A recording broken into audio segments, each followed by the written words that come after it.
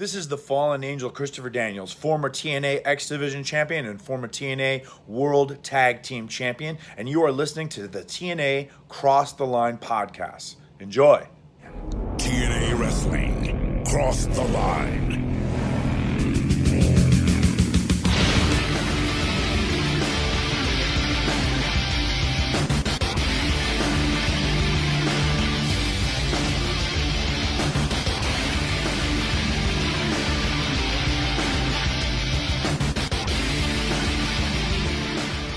And we're back with episode 94 of the TNA Crossline podcast. I am Colling Jr. Here with me, as always, is Dallas Gridley. In Dallas, we're continuing on with the AJ Styles NWA World Heavyweight Championship reign, because last week he retained over one of the challengers that have tried to step up around the Truth Killings. And this week is perhaps the biggest challenge of them all. It's going to be AJ Styles defending against Raven. Dallas, do you think that this is the week where Raven will finally achieve his destiny? Bob, it was time a year ago. No kidding. You know, we can dream, but it is very deflating how often we have had to talk about Raven's destiny and then it not being fulfilled. So I don't know. I like, as much as I want it to be, like, is it? Are the rumors of Jeff Jarrett going to need to be taken? Are they just going to bait and switch us? Jeff Jarrett's going to come win it back instead right away, instead of waiting till we get a little bit closer to this Fox Sports Net deal? I don't know, man. Well, we had said that the next time that Raven gets a title match, he better win it. I feel like he's got to. Or you know what? If not, just fire him. Like, what are you doing? Just get rid of him. Yeah, well, because you're wasting him. I mean, this is honestly at this he ain't gonna go back to work on the Sunday Night Heat at this point. So, no. I mean, he's probably doing fine here, especially this late in his career. I mean, he's not AJ Styles early in his career anymore. So, I mean, I'm joking. Of course, I'm on Raven there, but I don't know. It just sucks. So I don't know, man. I think it'd be awesome. Do I have high hopes for it? Not really. You don't think the match is going to be good? Oh no, I think the match is going to be good. I high hopes as far as him winning. Oh, okay. No, Raven and come on. I mean that. How dare I? How can we not assume that that's going to be a pretty good match? Yeah. How dare I assume that he would just do garbage wrestling and not be entertaining? It's great. Right. But hey, Bob, speaking of garbage wrestling. Oh boy, yeah.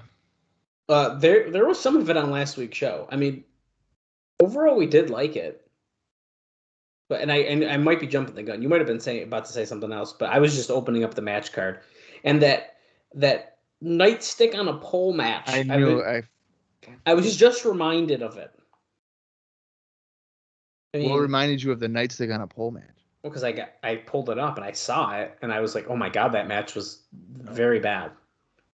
Yeah, it was not great. I mean, Andrew Thomas had to stand on the ring steps and hold his arm in the air and said that if you were to climb the pole and touch the top of it, then you could take it out of his hand. Then you could take it out of his hand. Because it fell at least 3 times in the match. Yeah, they have not had good luck with, like, keeping things above the ring. Right, the Ultimate Axe. Yeah. Hey, they did fix that the second time, though. They did. Yeah. But That's very true. And over the next, several years, they figure out even better ways of keeping it from falling down. Right. And it only goes up from here. But yeah, in that nightstick on a pole match, that was where Dallas and Kid Cash retained the titles against D'Lo and Apollo, which is a tag team that I could truly live without, but we keep getting it. But that's fine. We also got a little bit of a teaser for the World X Cup. That's coming up, which actually we're a little bit more excited about this time. If we can get through more than the first Super X Cup, and it's not just thumbs down, I think it's a win. So, and this is where the Team NWA, and I say new because Christopher Daniels has replaced Sonjay Dutt to team with Sabin. Skipper and Jerry Lynn defeated Team AAA, which is, of course, Abismo Negro, Heavy Metal, Hector Garza, and Mr. Aguila. And I think that match was fine, if I remember correctly. Maybe I'm wrong. That wasn't too bad. Sabu defeated Abyss by disqualification. Then we had the mixed 6-person tag team match, where Desire made her in-ring return after breaking her back last year to team with Sonny Siaki and, well, it's not Simon Diamond. It's not Simon Diamond. He's transformed. It's Irish Pat Kenny. That's right. And I have a note. We're going to discuss that in just a minute. Now, I'm looking forward to the note because I want to know the true context behind it. But it is important to note that he did, in fact, still wrestle in his Simon Diamond gear. Right. And they defeated Glenn Gilberti, Trinity, and Johnny Swinger, which during the show, Bob, I just met Johnny Swinger, and I will talk about my encounter with the Swingman during today's show. Because why not? And you definitely didn't meet him over like a month and a half ago. No, and if you're a fan and you follow us over on our Twitter page at Cross the Line TNA, by the way, give us a follow. You won't regret it. I posted some pictures of him and some other TNA alum that I met that day. And are you gonna have to scroll down real far to find it? Yeah. If you didn't see it, you're gonna have to scroll for a bit. Like mid-March, sure. That could potentially be it. Maybe was it March 13th? Maybe. I don't know. Is this coming out on May 5th or May 6th, whatever it is? Because of leap year? Maybe. Yeah. So this episode will be out May 6th. But May 6th. Stay tuned.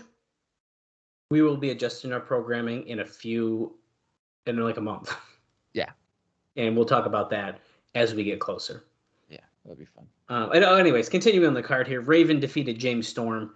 And then, of course, as Bob mentioned, AJ Styles defeated Ron Killings to retain the NWA Heavyweight title. So not a bad show, really, especially even on paper. I mean, if you pretend that there wasn't on a pole match, pretty good. Yeah, it doesn't look too bad. And I also kind of want to know with AJ Styles and Ron Killings is that the fans back on April 21st for that cage match definitely wanted Ron Killings to win the championship, to be the guy to fight Jeff Jarrett in the cage. Right. So when they went with AJ, it was kind of like what? Why are we doing that? So I'm assuming that is why they went with AJ and Ron as the first. Yeah, I think so. First match, because I think they kind of heard the crowd like, oh, okay, well, let's put Ron. The only thing that kind of is a bummer about that is being the first, to me, like solidified the fact he wasn't going to win. Yeah. Well, didn't they do a double pin for like a second, and then they're like, oh, restart, and then AJ won. Yes, yeah, and we'll talk about those details here in a minute. Yeah, but yes, it was ended up restarting, and then it was like Bob was about to flip his computer. Dude, I'm telling you, the amount of times that I've seen Andrew Thomas and Rudy Charles slide into the ring on opposite ends and do 1, 2, 3, what? This one actually, I feel like they timed it better. Like they're getting better at doing this bullshit, but they keep doing it. Well, and I think what happened last week was like Andrew Thomas was on the ground, but on the same side of the aisle. So when he got in, Rudy Charles, I guess, kind of ran by him, slid by him, and was counting the shoulders of like AJ or whatever. And Andrew Thomas was doing Ron's on the left side. Yeah, it was weird. So like that was okay, but the fact that we've been in the Asylum now for 2 years, and we've seen the same finishes multiple times. Right. To the point that we remember them. That's tough. And I'm sure with the live crowd, that's like, dude, really, you're insulting us. And I feel like to a certain extent, too, they kind of did this back when it was just Memphis Wrestling. Like they would do the same finishes over and over and over again. Right. I can't remember what else we exactly know for tonight's show before that, besides the Styles and Ravens match. I do believe that we do know about the beginning of the best of 3 series between Sonjay Dutt and Amazing Red, and the winner will be the #1 contender for the X Division title. But we do know that's starting tonight. Well, didn't they wrestle on Explosion too recently? You know what? I can't remember off the top of my head. Let me see if I got that pulled up here. I wonder if that. I wish if we had Explosion. Or you know what though? Was that one of the ones where we were like, "Oh, that's wrong. Like that's not real," because it was like on like Cage Match or something. Oh, maybe. I think that might have been. We might have gotten faked out there. Okay, so let's say it was real though. I wonder that if they did wrestle on Explosion, if this best of 3 series came out of that. Yeah, I mean that's a really great point. But we won't know. Maybe we'll find out like on the show. Like, oh, on Explosion, this is what happened. That could happen too. Absolutely. And I think a best of 3 between them should be good. Yeah, I think so. I don't know how you can really go wrong with that. You know what I mean? Yeah, I'm hopeful for it. So yeah, I don't know, man. I think today's show's gonna be pretty good. Unfortunately, my notes but it's not working, so I got to pull it up a different way, which is really silly. But your notes app is not working. Yeah, dude, it's like done. It's like it's loading, but it's not loading. And we're live, pal. So I'm not editing this shit. I'm sorry, pal. We're live. We're live, pal. Because guess what? We don't need to edit it because I got it pulled up right over here. Perfect. That's how we work here, guys. That's what you call filling dead air. Filling dead air, and like, what's the point in cutting that? Because you get to hear me and Bob bicker for an extra 30 seconds. That's right. Okay, so listen, Bob, I want to talk about last week's stuff, and then there's a little bit about the TV deal that I'd like to discuss. Wait a minute. Before you get into, and I'm sure you're going to make note of it, but our boy Eric Watts returned too, by the way. Oh yeah, we'll get there. Yeah, all right. I just want to make sure that we throw it out there, like, hey guys, we didn't forget. You're right. E-Dub's back, dude. EW's back, baby. Eric from WCW has returned to the Asylum. Does it get any better? No. We've peaked. Well, the thing that's kind of funny about this is, like, we couldn't stand him for a while. And, like, right when he was, like, leaving, it was like, oh, damn. Like, I'm kind of getting used to him being around. Yeah, he grew on us. So that was actually kind of a bummer. Yeah. But, yeah, he's back. So that is actually pretty exciting. What's he going to do? We got a TV deal. You know what that means? We need E-Dubs. We need EW. Get those ratings, baby. That's right. You know it. I'm looking forward to a lot of these like notes that you might have, because like I need to know. I need to know like the rationale potentially behind some of this stuff. Well, we do actually. Luckily, we do have a bit of an explanation about the Simon Diamond name change, which is more than I was expecting, to be honest. Because I do feel like there tends to be a lack of explanation with a lot of things, which is fine. Because once again, and I have to say it, I feel like every time now, Johnny Fairplay thinks it's our opinion. This is from the Observer newsletter. It's all rumors. Nothing in here is necessarily factual. However, Dave reports on what he's told, so you never know. Yeah, that's still rumor. It's still rumor, exactly. Unless the company says it, I guess. Exactly. Which is really, I mean, that's a big thing when we kind of talk about our TV stuff. But we're going to touch on the TV stuff in just a few minutes here. But first, we're going to talk about last week. A little bit more detail than we just did. So, if you remember, Bob, the crowd did drop to around 700 last week, with about 2/3 paper. So, not looking great. Now, we gave it a thumbs up. We enjoyed last week's show. What do you think that the readers thought about last week's show? I'm going to say they went thumbs down. Well, you were close. They went in the middle. 60% of readers voted thumbs in the middle. 25% voted thumbs down, and 15% voted thumbs up. So, I mean, that's where we're at. Now, Dave does note, though, this was one of the lowest level of responses to a show in nearly the 2-year history of the promotion. For some reason, that doesn't really surprise me. Yeah, dude. I mean, it's... Would you like to guess on the number of people that voted? 8. No, it's more than that. 14. Nope. 28. Nope, too high. 20 people. 20 people. 20 people voted. That's insane. I think honestly I think a good part of it is the main event is kind of weak, because I mean Ron is coming out of really nowhere. Right. I think that's a fair point. To challenge. So I think for a lot of viewers, and for myself as well, out of all the challengers that there were or are for AJ, Ron is clearly the weakest one.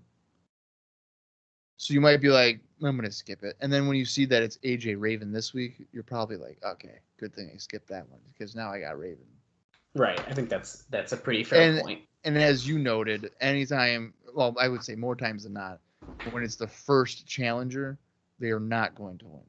Yeah. Especially when you know there's going to be the first match of that challenger, they're not going to win. Right. So. Well, is what it is, I guess. What do you think got voted on as the best match of last week's show? The 8-man opening match. Yep, Team NWA versus Team AAA was voted on as the best match. Second place was AJ and Ron Killings, though. And what about the worst match? The nightstick on a pole. Shockingly, no. Is it the six-person intergender match then? I see. Yes. I was gonna say that, but the nightstick match. It was a mess. And we can go into some of this messy details here. So Dave notes that the show had its problems with some technical malfunctions and both sloppy wrestling and non-thinking. So he's pretty critical this week. Usually he's a little bit more fair, but he is being fair, honestly. That's what I should say that. They did an unadvertised NWA title match with Styles over Killings. The match wasn't bad, but came off as rushed, as they did a double pin finish after a ref bump in just 9 minutes and 5 seconds. Vince Russo then ordered that restart, and Styles got the pin with a cradle in 33 seconds. Then after the match, Raven jumped Styles since they were doing the title match on May 5th, and left Styles laying after the even flow DDT, or the Raven effect. Now that's a really good note to have there, because we didn't know it was AJ and Ron to begin with.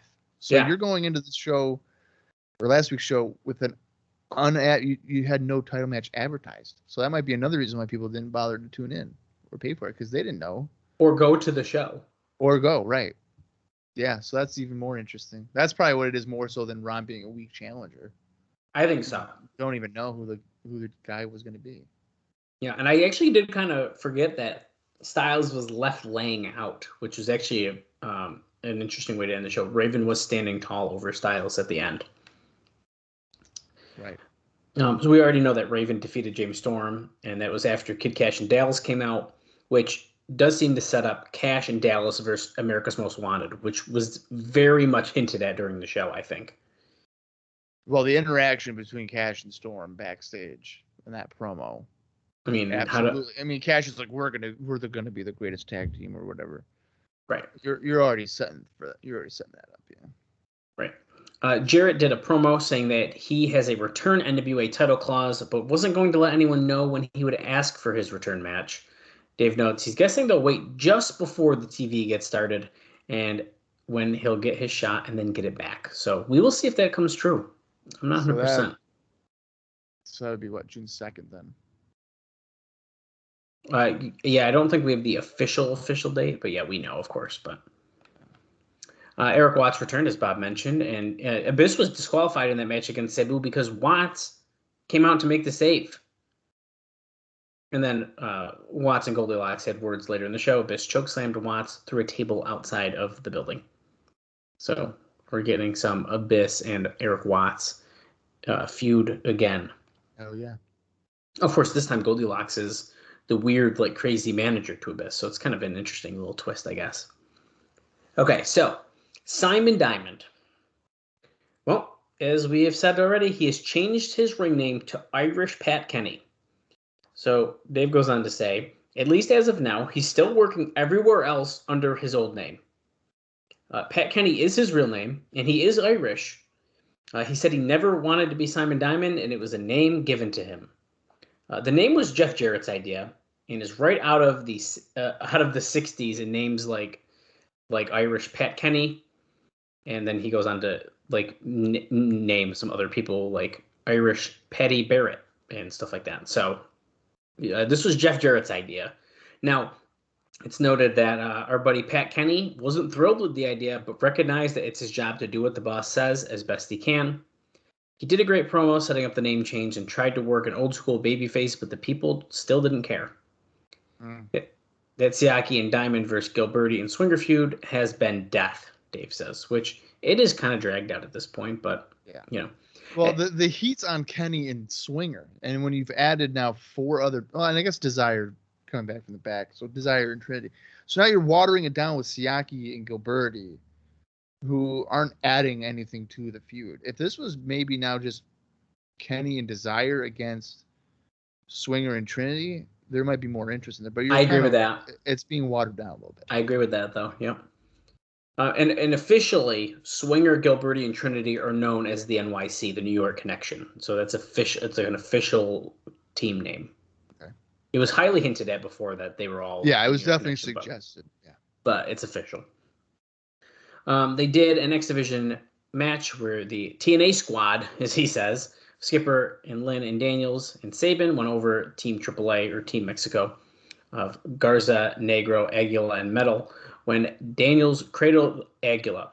Now, Dave notes that the match was sloppy in spots, but a good lucha-style match with some hot dives out of the ring, with the exception of Garza slipping off the rope once and falling down, and Negro basically falling out of cinch and getting lost, which, I hate to say it, Abismo Negro there is definitely the weakest of Team AAA, I would say. I would agree with that. And then, of course, the bout where Cash and Dallas kept the tag titles over D'Lo Brown and Apollo, and the nightstick on a pole match was a total disaster. And it was the biggest technical issue of the night, we'll say, right? The stick fell off the pole twice, and the guys simply ignored it and kept doing their planned high spots. This made the match come off so badly when nobody realized the weapon was laying there on the ground, and it was silly to just continue doing high spots. They ended up changing the rules, and ref Andrew Thomas stood on the apron with the nightstick and would hand the stick to the first person to climb up and touch the top, which was Apollo. He got the stick, but it wound up with Dallas hitting Apollo with it after it became the hot potato stick. And then, of course, Cash cradled Apollo after. So, kind of messy last week. A little bit. Just a little bit. I wonder if it was not voted the worst match because there was some comedic value to it. No, they did do some decent moves. It was just like I couldn't overlook what was happening. Who was it that was it Apollo? I feel like that climbed up and acted like he was gonna get it, and he was like, "Wait a minute." I think it might have been. And Andrew Thomas was like, "No, it's right here." Yeah. Dude, it was so bad. Okay, so I do want to talk briefly on some more updates on the TV stuff. Now, before I get into the good TV stuff, I'll say, I do want to touch briefly on what Brian Alvarez has to say. Now, I'm going to forewarn everyone, I am not reading of this all, because it's honestly, it was fucking brutal to read through, because all he does is shit on everything. So I'm pulling out. I feel like that's his gimmick. It is, and I'm pulling out a couple highlights, Okay. and I'm going to end his note with something that I found very humorous when I was doing the research here, and then we'll talk a little bit more in depth, which Dave has way better and more fun information.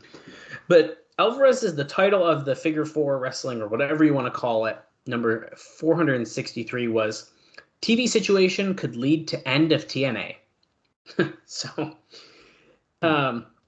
So he says, barring unforeseen circumstances, NWA-TNA should debut every Friday night on Fox Sports Net beginning in June. While the deal has not been announced publicly, FSN officials have spoken on the record about the possibility, even listing a potential start month and time. Now, we've kind of touched on this a bunch, of course. And TNA officials are stating privately that it's a done deal. The show will likely air at 3 p.m. Eastern, and since there isn't a separate East Coast and West Coast feed, that would mean noon on Friday on the West Coast. The other possibility is Sunday at 11 a.m. Eastern slot or 8 a.m. Pacific, though that slot hinges on whether or not Panda is willing to pay extra for it. And yes, pay is the keyword here, of course, because TNA is not getting free TV. They are buying programming from Fox Sports Net. Now I'm going to skip ahead a little bit. So how does TNA hope that TV will help business?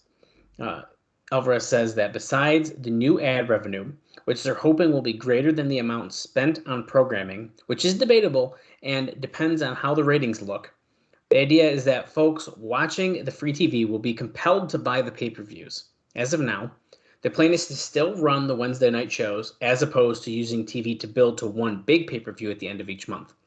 So in other words, unless I'm totally mistaken, the new show is just going to be a glorified version of TNA Explosion aired to a much larger audience. Which is pretty interesting. And then he goes on to say, I mean, he completely rips it apart. And he even says at one point, I wouldn't even be watching this if I didn't have to. And then he compares some stuff to ECW and this and that. But he ends it with a sentence that I found humorous. And of course, it's humorous with hindsight. And he says, perhaps I'm wrong, but everything historically points to their first TV date being the countdown to extinction. And of course, we know that does not happen. But they've been going on for literally 20 years. They've outlasted all the doubts, and it's pretty interesting. Now, that's kind of like I said. He dives in a lot more and kind of really nitpicks everything they're doing and kind of does like a background. And we've been covering that for months and months and months, and we've been covering the company for nearly 2 years now. So I chose not to read all of that here on air. But if you want to go to it, it was on the May 9th, 2004. Figure 4 Wrestling or whatever it's titled. And you can see that in the newsletter archives over on the website. Well, so I have a question. What is so wrong with if it were to be a glorified version of Explosion? Yeah, I don't know, because I kind of think that is what it is, and I don't think that's a problem. Well, I mean, what's the big deal? I mean, you're paying time to get on TV, but Explosion should be used, and probably is used, as a driving force to get your pay-per-views, to get your money. Yeah, so if they're planning to continue these Wednesday night shows, why not? I would think that they, on a larger scale, will probably have at least one strong match. Even if you're just filling it with your X Division guys. I agree. Like, oh, hey, tonight on the show it's gonna be Chris Sabin against Sonjay Dutt. And then everything, and like you have 3 other squash matches. I feel like that's fine. Right. Now, No, would I I anticipate like a Raven versus Ron Killings match on that show? Probably not. You probably want to save that for later on down the line. But right. No, I totally agree with that. So I don't know. I personally don't really see an issue with it, but once again, you know what? His hatred kind of seems as if he's like just doing it for clicks. No, I'm sure he is. And like, dare I make this comparison right now? You probably know where I'm going, but who's another wrestling personality who seems to hate on things that really seems like it's for clicks? You talking about Jim Cornette? Jim Cornette.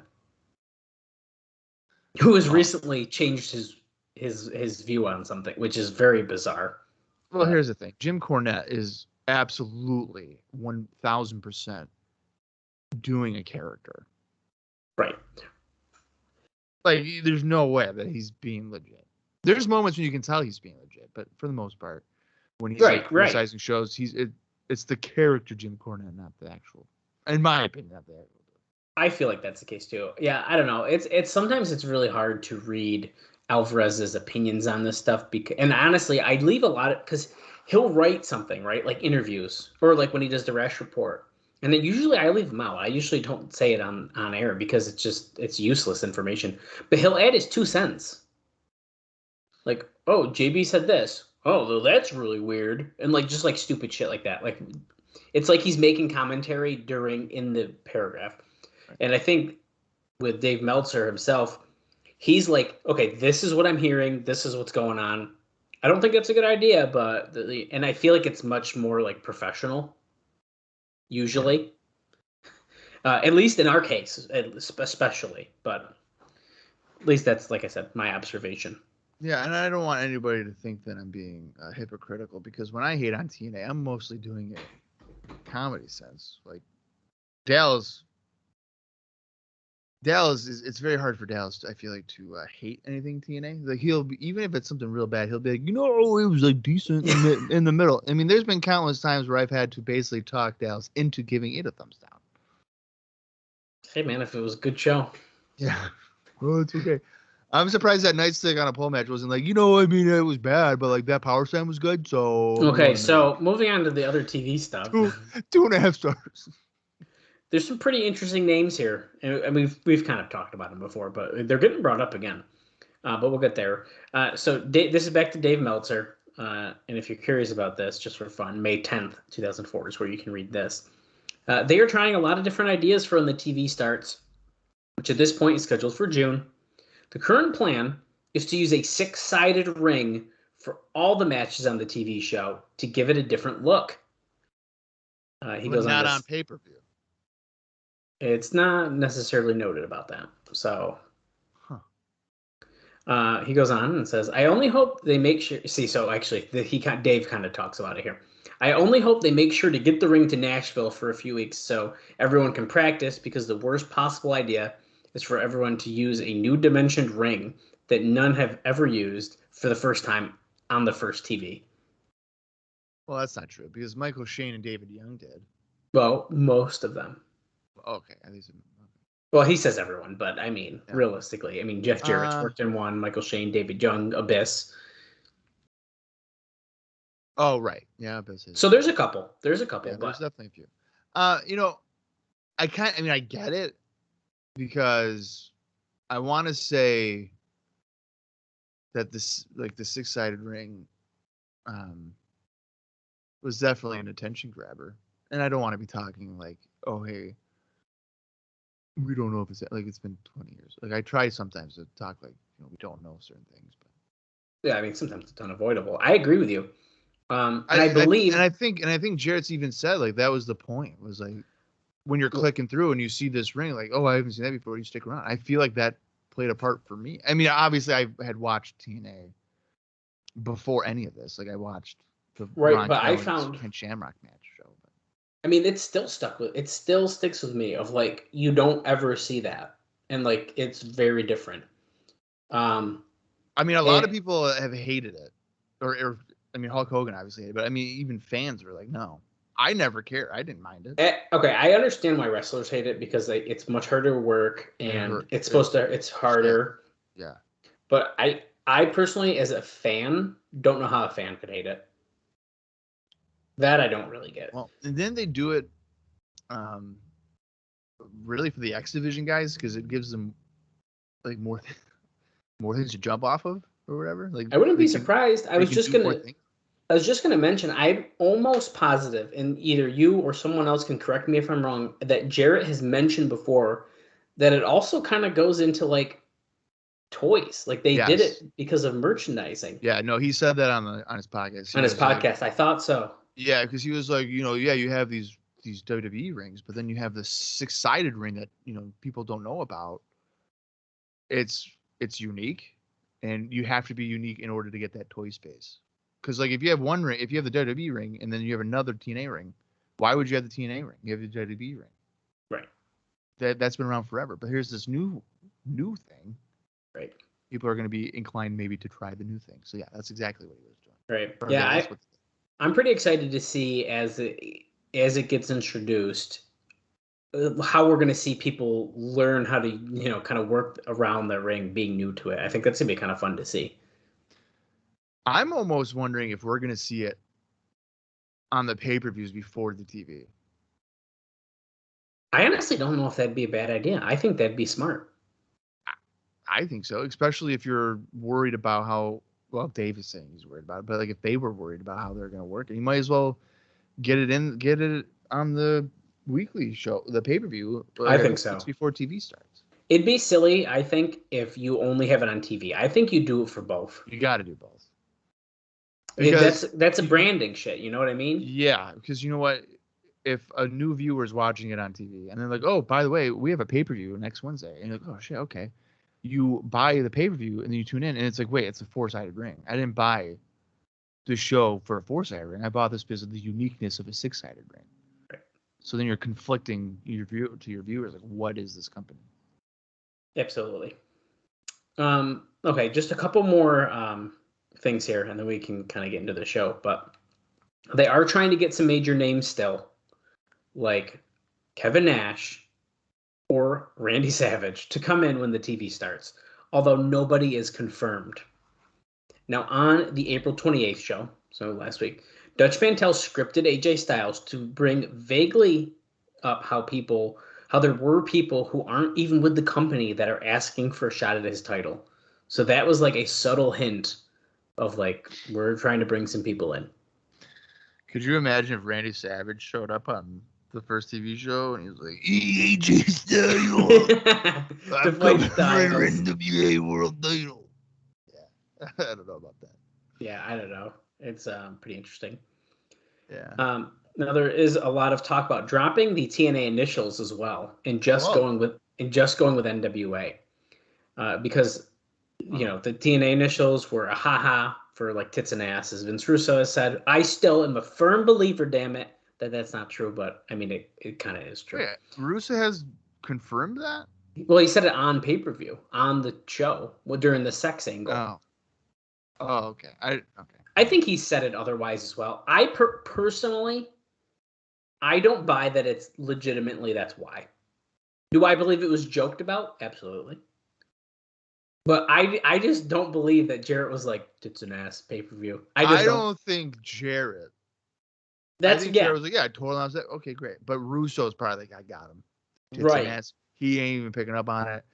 Jarrett seems like the type of guy that wouldn't even know that's what it is. Well, so yeah, that's kind of what I mean. I definitely think that Vince Russo's help or whoever, they knew what they were doing, but I don't believe that Jarrett was like, yeah, tits and ass. No, yeah. I don't buy it. I don't even care if Jarrett on his podcast says, yeah, that's why. I still won't believe it. I'm sorry. I just don't. Yeah. But whatever. That would be pretty ridiculous if you are openly aware that your company's acronym is tits and ass, and you're just like, yeah, we'll go with it. Why not? Yeah, it's funny. No, that's and now this change, of course, is because Dave says that I'm sure Fox Sports Net doesn't want it since they are demanding a clean show. Plus, the product is now going in a different direction, which we have. We've cleaned it up. We don't see actual boobs anymore. There's no dancers in cages. It's been very little to no blading, no blood. Mm-hmm. We've definitely cleaned it up. Well, and I'm cussing. Crap. Dang it. Right. I'm kind of confused with how they're demanding a clean show. TNA's buying the time. Yeah, I know. I feel like they should. Hey, man, we're giving you, let's say, $15,000 a week. Like, we should be able to do what we want. We're literally paying you for the time. And let's not forget, like a few weeks ago at this point, maybe even longer, on our show, we discussed how BG James got in trouble for saying "damn," and there's the show on Fox Sports Net. Right. The best damn sports show. Yeah, but come on, it's silly. It's ridiculous. But we'll see what happens. Are we going to be just NWA? I don't know. Did he get in trouble by? He got in trouble by TNA, like the TNA officials, right? Not. I think yes. The TV guys. Right. So that might be just the TNA guy, like being safe, being very, very, very like aware and like. Don't say that, even though their like most popular show has the literal word in the title of the show. Right. I think that's kind of the case, to be honest. Yeah, that's what I think so too. So, whatever. And my final note here, and then we will talk about Explosion very quick and then get into the show. And this kind of bounces off of this as well. That's why I'm adding this into this part of the show. But there are a lot of changes being made regarding booking of contracted wrestlers. Once they start television, all talent under contract will now have to pay a 15% booking fee out of their independent income to the company. The company also has to be... Whoa. Yeah, you're hearing that right. The talent is going to have to pay them 15% of the booking they get? Yes.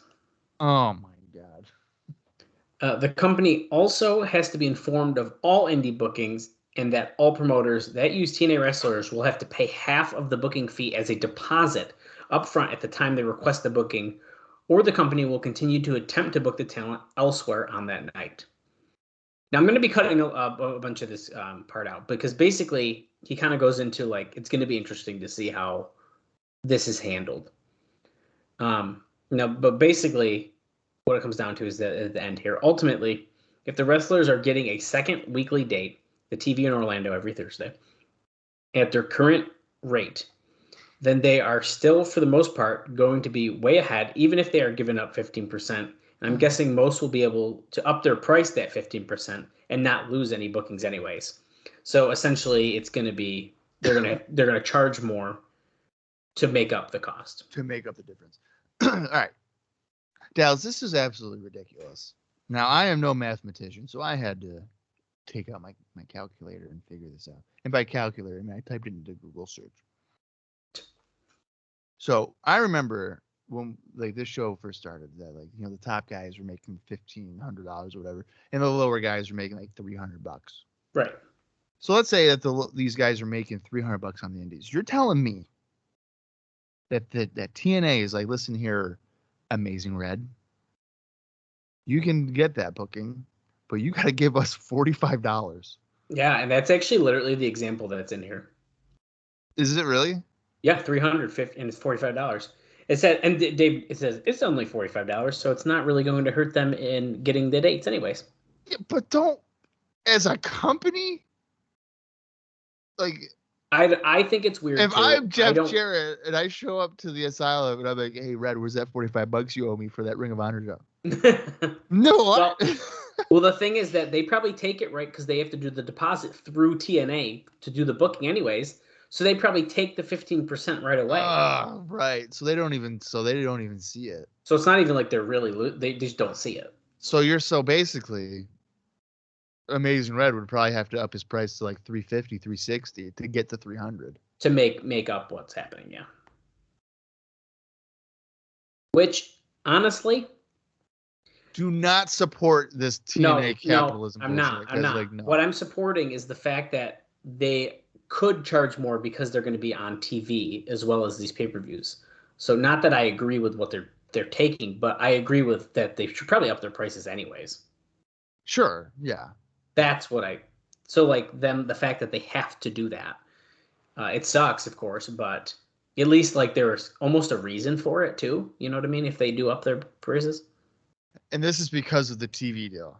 They're saying this is just part of contracted wrestlers now. I don't think it's directly with the TV, incorporated, but they're kind of with the contracts that they're signing people to. It's kind of what's happening. Okay.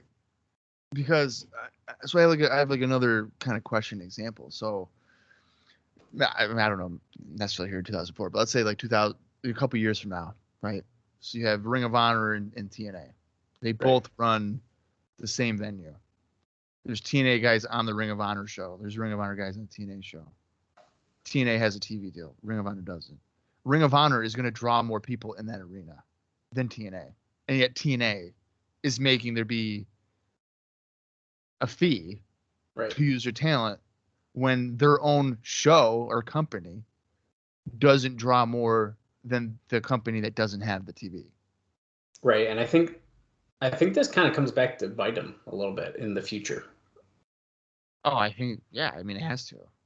I mean, yeah. I would assume that eventually, like, some people might lose some bookings. I mean, we've seen TNA talent on shows, and we've seen them booked locally during, like, 2006, 2007 stuff. But, like, I still feel like it was a few and far between thing. I think so. It'll be interesting with the indie notes moving forward, right? To see how much that gets cut, because like Christopher Daniels and guys are, but then again, I don't know who's. I mean, he's contracted, I would imagine. So I guess we'll be able to tell who's contracted and not. I think once we get to TV, everyone's going to be contracted. The majority, yeah. Well, another. Oh, that was sick. An example, Kurt Angle in 2015 or whatever it was going to work 2CW. And I remember talking to the promoter, and he was like, well, I fell through because like TNA wanted a good percentage. Right. And it's just like, we're not going to do that. Right. And I think that happened a few other times as well. Mm-hmm. But they actually ended up doing it because like it was profitable, I guess. But Right. yeah, it'll be interesting to see that. I mean, I think it's absolutely ludicrous that Jeff Jarrett, obviously, like, as you said, the deposit thing, so that wouldn't happen, but like to show up to the show and be, hey man, Hey Red, you got my $45. You got that $45. What a joke. Yeah, it's really, really interesting nonetheless. But on that note, Bob, let's talk quickly on Explosion. And then we can get into the show. I'm dying to watch this show. I always am. I'm looking forward to the main event. So. Right, so we got something to look forward to. According to Cage Match, this is Explosion number 78. And it was taped on May 5th, 2004, the same day as the show we're watching.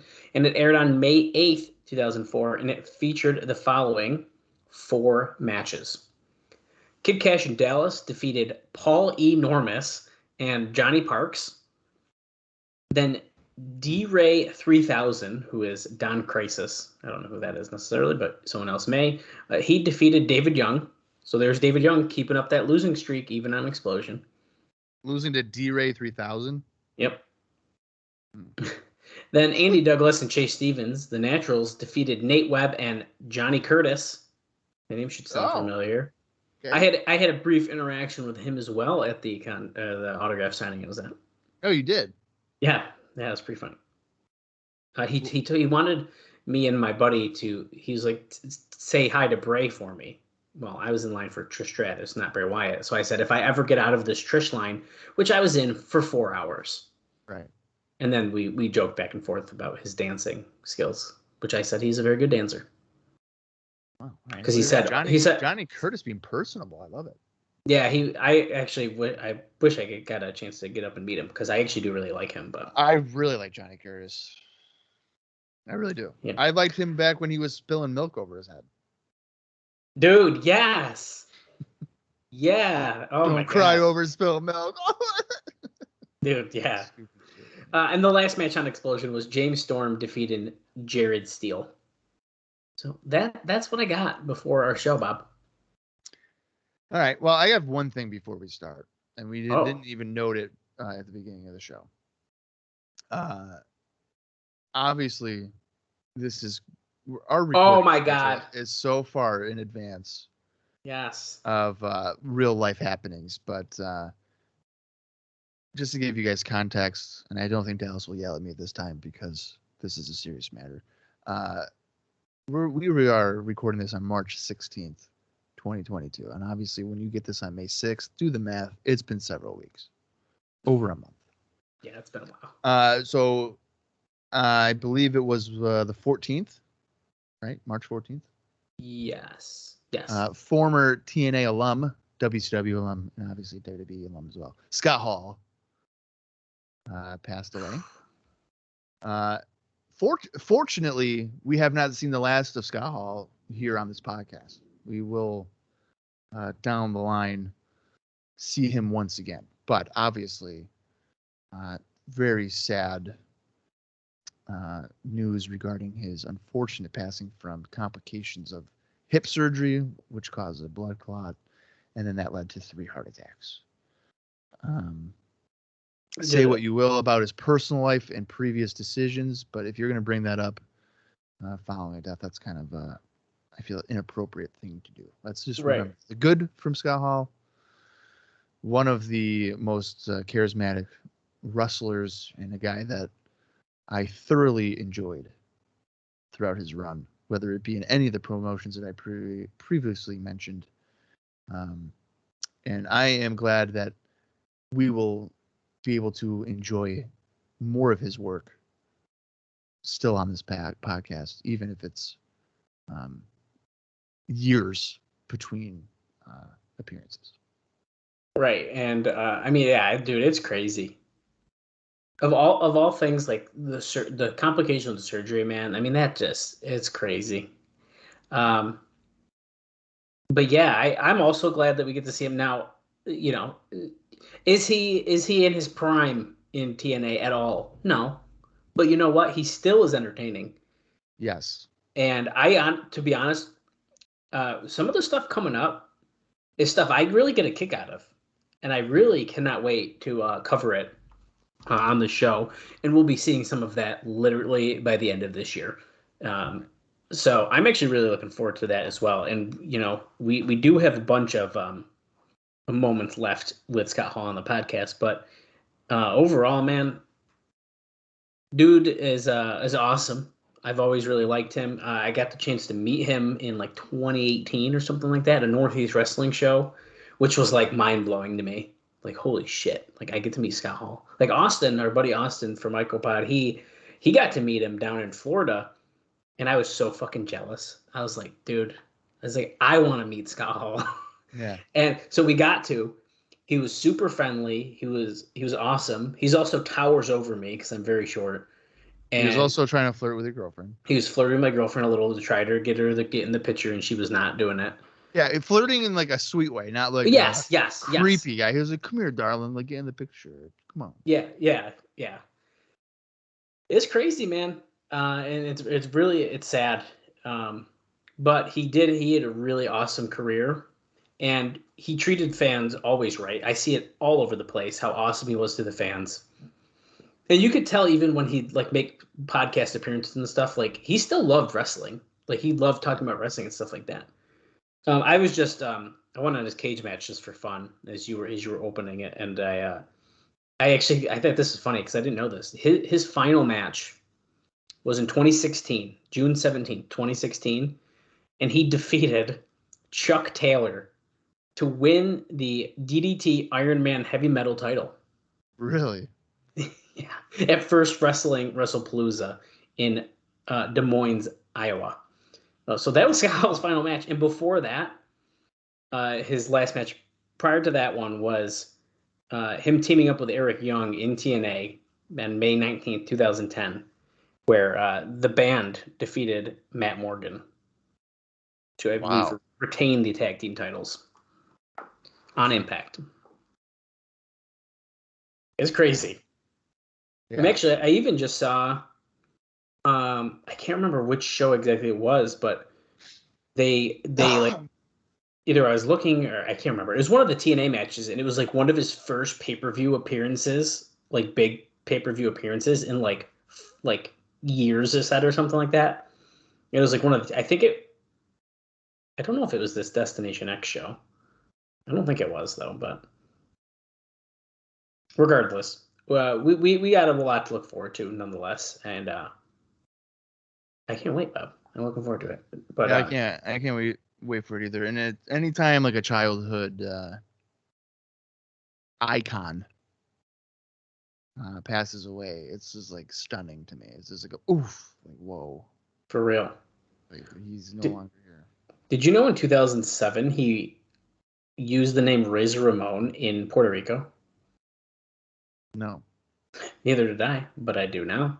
I wonder, did he dress up in the Razor gear? I'd have to look a little bit more. I'm doing a cage match, but it literally lists Razor Ramon. Speaking of like random shit, I keep on seeing pictures of a match between Scott Hall and John Tenta on the date that WCW was bought out by WWF. And I'm telling you right now, I need to watch that match because apparently John Tenta won. And I want to see John Tenta beat Scott Hall. I think that would be a great visual. Because go John Tenta. Go John Tenta.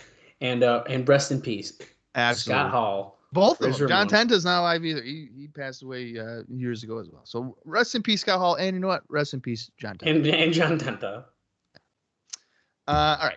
Let's get into the May 5th, 2004 NWA-TNA Weekly Pay-Per-View. I'm going to count down from 3. And when I say play, you can follow along with us on Impact Plus, or if it's in your own personal collection, that works as well. So let's get ready for the next hour, 54 minutes, and 54 seconds. Or 55, but mine's stuck on 54. That's fine. Here we go. 3, 2, 1, play. Here we go. Highlight package. Look at some of those World X Cup teams. We're getting that flashback from that match last week. Moore and Lynn are apparently going to be involved in a storyline here. I hope that Scott D'Amore starts getting the accent again when he gets angry. Like I want that to be like his gimmick. Did you remember that? When do you want the How title about shot? an hour? Yeah, in an hour. 45 minutes. David Young. I'm going to show you a winner. Yeah, David Young. Good try. David Young. Oh, and question mark. Yeah, we unfortunately, I think they told us he was at like 0-17. He's at least, after last week and Explosion, we're going to say 0-19. Roughly. Yeah, that guy's sign was the same color as April's top. Wow. What an Green. observation. Yeah. That's You know weird. what? I wish I met April. April Pennington from the TNA Dancer. You don't want that to happen. That's not true. I want to meet Lollipop. I wouldn't be able to allow that to happen. Why not? Because you'd be like, you remember that time on TNA? Now, if you go back, I believe we may or may not have discussed that moment with Goldilocks on our first bonus episode, Talking Smack with Goldilocks. And no names are mentioned, but we got to the moment. We know who it is. Go ahead and take a listen to what Goldilocks' thoughts are on that moment, because it was hilarious. Yep. You know what I would probably print out like a still of the picture of Lollipop, and then on my piece of paper be like, hey, can you sign that? And it'd just be her tits. Oh my God. Not even her face. I'd zoom in. You'd zoom in. And just be the tits. Can you sign this? Do you think she would be able to tell that was her tits? Well, the quality of the footage of that happening isn't great. Right. If you have the uncensored. Okay. Which I do. Which me and Bob have we watched that, yeah. So I don't know. I don't think she would. It's my background picture on my phone. Oh. Is it like when it's unlocked though, so Sarah can't see it? No, no matter what, it's like the back. Oh, it's your lock screen too. Oh. Yeah, it's everything. I didn't expect that. We still got this highlight package, by the way, guys. So you ain't missing nothing yet. No, but what makes it kind of smart is like the time that's on your phone, like the clock, covers the nips, so it's censored. Oh wow. Yeah. As long as it's like double digits. So if it's like 11, yeah. But as soon as it hits 1, it's uncensored. Oh wow. Yeah, you get like a little slip over there. Yeah, so it's uncensored from 1 to 9:59, and at 10 o'clock it's censored again. Here's Eric Watts getting choke slammed through that table. Oh, look at the other camera angle. That's cool. Yeah. I wonder how many cameras they use. Who's crazy now? Well, you are, Goldie. Yeah, come on. We all know. And now we're getting a peek into that main event here. Pretty fun stuff. I do have a little bit of a note about AJ Styles. We'll discuss later in the show, of course. But he had an interview with Alex Marvez. Well, interesting here in the video package, they didn't show the double pin. They just showed the pin. Interesting. Well, honestly, they probably did it for time's sake, but I'd like to think that they realized how dumb it is that they keep doing that. I think they did it because of that. Like they didn't want. They kind of acknowledged it was stupid. That TNA logo that you just saw there, Bob. Is that the debut of it? Yeah, no. But Lash LaRue is working on designing a new logo for the company. Lash LaRue is. Lash LaRue, who's a very talented artist, apparently. Yes, he is. Wow. So. He's too out of shape to wrestle, but we'll use him for. Yeah, we heard that too. Yeah. Oh, Ron. Mike Tenay is introducing us, but Ron Killings cuts him off immediately. He's telling Mike Tenay to come with him. Bob, how many people do you think are? Look at this view of the Asylum. How many people do you think are in there as Mike Tenay gets in the ring? It looks like it's lit up better. Hey, you know what? At least they're helping him in there. I'm gonna say 1,100. No, pretty close. We got 1,000. Really? Okay. Vince Russo comes in the ring to stop 3 Live Crew. His microphone's not really working. Not working at all. We're not doing something. Oh, here we go. There you go. Me and 2 referees last week made the collective decision. AJ Styles still the champion. Well, why wouldn't he still be the champion?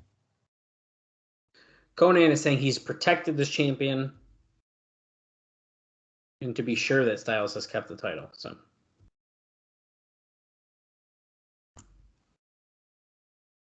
it was both, though. It was a draw.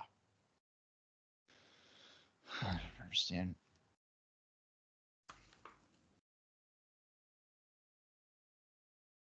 The first official got hurt. He had to send the second one in. And together, the three of us, we made the decision, and he's sticking to that decision. 3 Life Crew has surrounded Vince Russo now. Killings is behind him. He has no escape. Oh, BG's still the only one wearing camouflage. Which is like silly. He's still going to war.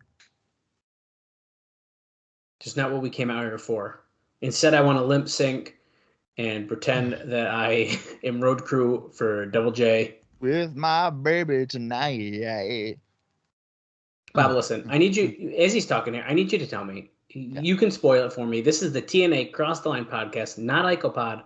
Yep. When's he coming back? When do they reveal that he's lip syncing? It's got to be soon, right? Yeah, actually, because where we're at, we're in late September. So yeah, he's definitely there before the end of the year. Okay. As Jesse James. And they reveal he was lip syncing. I'm pretty sure that they're like, by the way, it was because at that time, I think it's around the time Jeff shows up in WCW that they bring Jesse James back, and they're like, he's the real singer. Ah, shit. And then he's like singing, coming to the ring, and it's a whole thing. Yeah. That's interesting. Well, who's coming out here?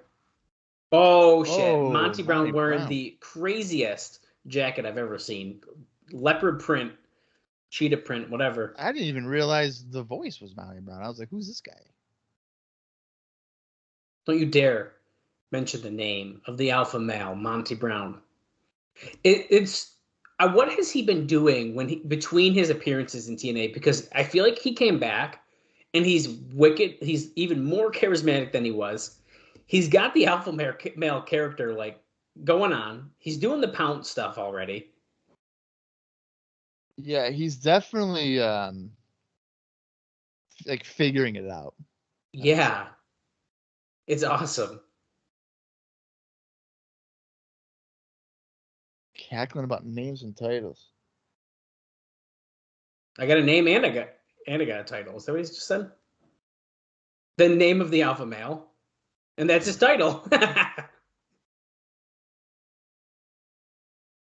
That jacket is not, or coat, I guess. And it's long. He calls 3 Life Crew the hyenas at the bottom. Oh, leopard skin. Yeah, leopard skin. See, you had your shot. Oh, brought up his NFL career. Well, okay. Why are we acting like Monty Brown's the one that fumbled the ball? He's a defensive player. He didn't lose a championship for nobody. Who the heck have you beat anyway? Firstly, be Jizzle.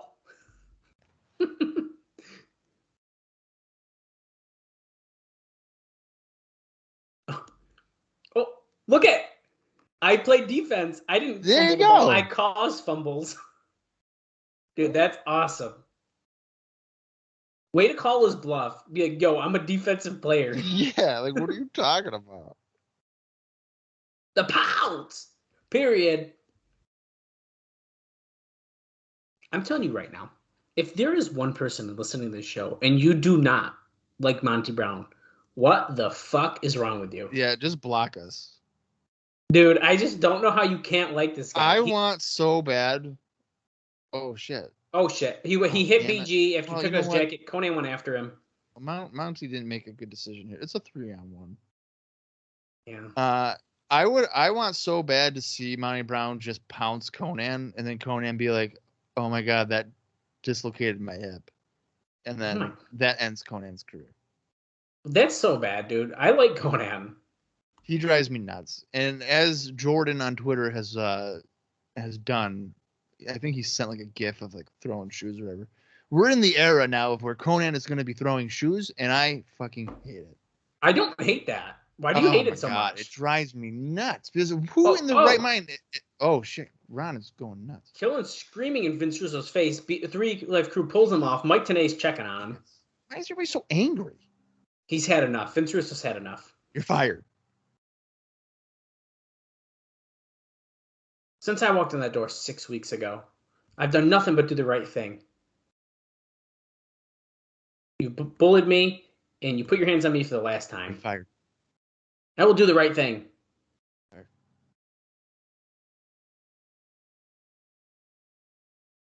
Oh, he's not suspending or firing them. Damn it. But I'll tell you this. You got 30 minutes to get out of this building. I'm not asking you. I'm telling you. So he's saying by the top of the hour, if you ain't out of here. Well, he didn't really make a threat. What happens if they don't? Yeah, because you're not going to fire him or suspend him. He already said that, so that's covered. I'm not going to talk to you for the rest of the day. I'm going to not look at you. Let's go to Scott Hudson backstage. Still looks like, yep, he's with Raven. Oh, dude, that Raven jacket, man. It looks like a straight jacket, but it's not. But it looks like it. Look at that thing. That's awesome. Potentially? You think I could potentially win? Promise that he's going to fulfill his destiny. Oh. You know what they say? If you're a babyface, you never promise. Good thing Raven's not a promise. Raven's not babyface anymore. You can't stop me from hurting people, Vince. You can't stop me from hospitalizing them. You can't stop me from winning the title. Oh. Ugh. Vampiro, Sin, Slash, Chris Harris. I put them all out. Put them all out of NWA-TNA. Well, Sin and Slash came back. So. Yeah. So when he gets AJ Styles out, he won't be able to fill the spot. Short trip, AJ. Bad landing. Quote the Raven.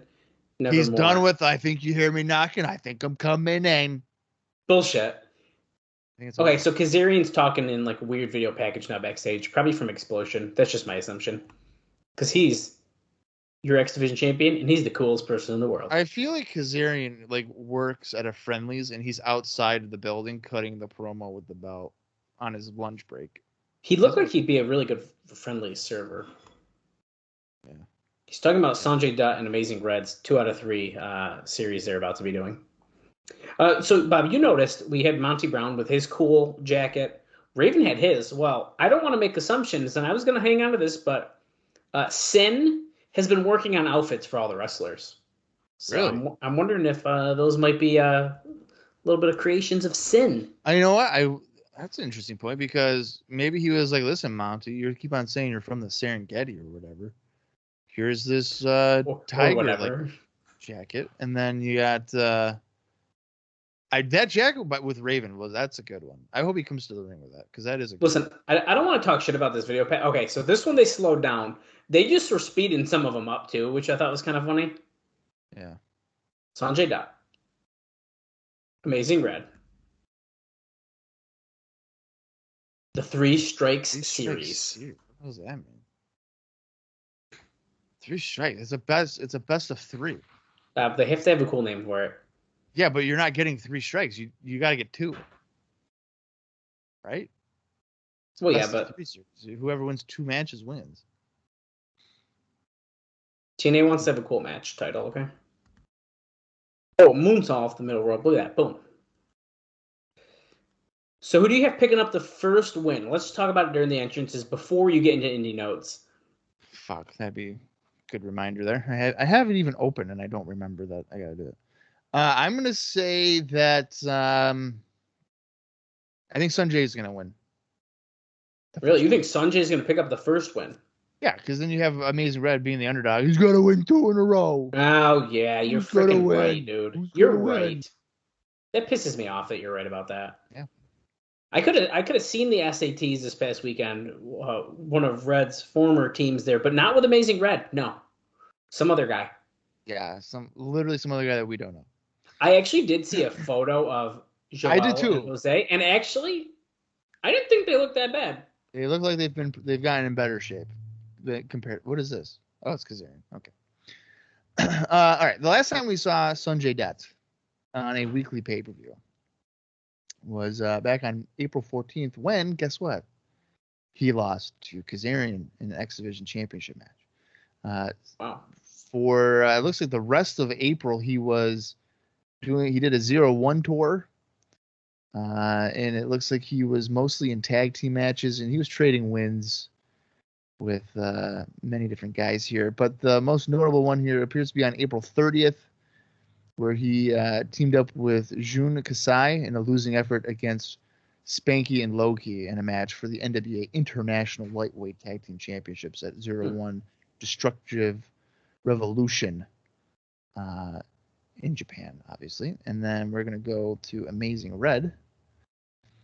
Oh, Bob, whoever loses, you're going to have 3 strikes, and with 3 strikes, you're out of the title picture in TNA. So Mike today just explained the name there for us. But you're not losing 3 matches. Right, you're still not losing 3 matches, but that's your 3 strikes and you're out. I'm not understanding. For Amazing Red, we mentioned this, I think, even last week, but on April 24th, Teddy Hart defeated Amazing Red at Jersey All Pros, an awesome sacrifice in Rahway, New Jersey. And that looks to be the only indie notes for that. For this match. And we're just locking up. Still technical start here. But just in case we don't actually see them again, Conan and BG James actually filmed a pilot for an HD TV show called Rumbles, which features them doing lead-ins and outs as clips of famous sports fights, whether they be fan brawls at games and hockey and baseball fights are shown. So they're just like doing like silly talking during these clips. For HGTV. HD TV. Oh, HD TV. Yep. Okay. I was going to be like, why are they going on Home and Garden? Home and Garden. What are we talking about? I don't even know what HD TV is. I haven't heard of it. It's hold on. I don't want to mess it up and be wrong. Have you heard of it? You know what it is? Yeah, Home Design TV. So it's the wait, hold on. That's HD. That's HG. Oh wait, hold on a second. Right. Did they used to be called? Oh no! It literally you type in HD TV. It's probably just like high definition.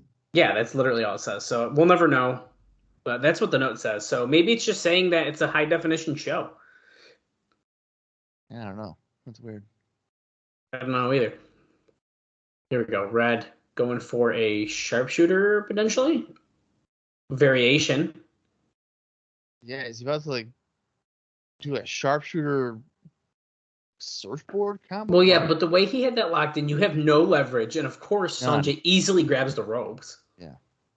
Well, I mean, when you're Amazing Red and you literally weigh 40 pounds, I mean. Okay, now I'm going to make a comment, and I'm going to follow it up with something.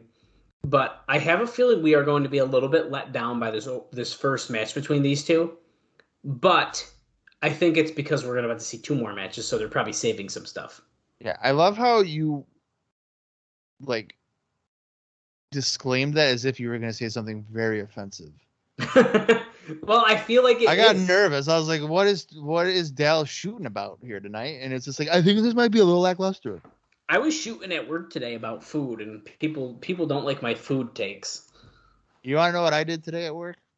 I went around today, and I was asking everybody, what's your favorite Nick Lachey song?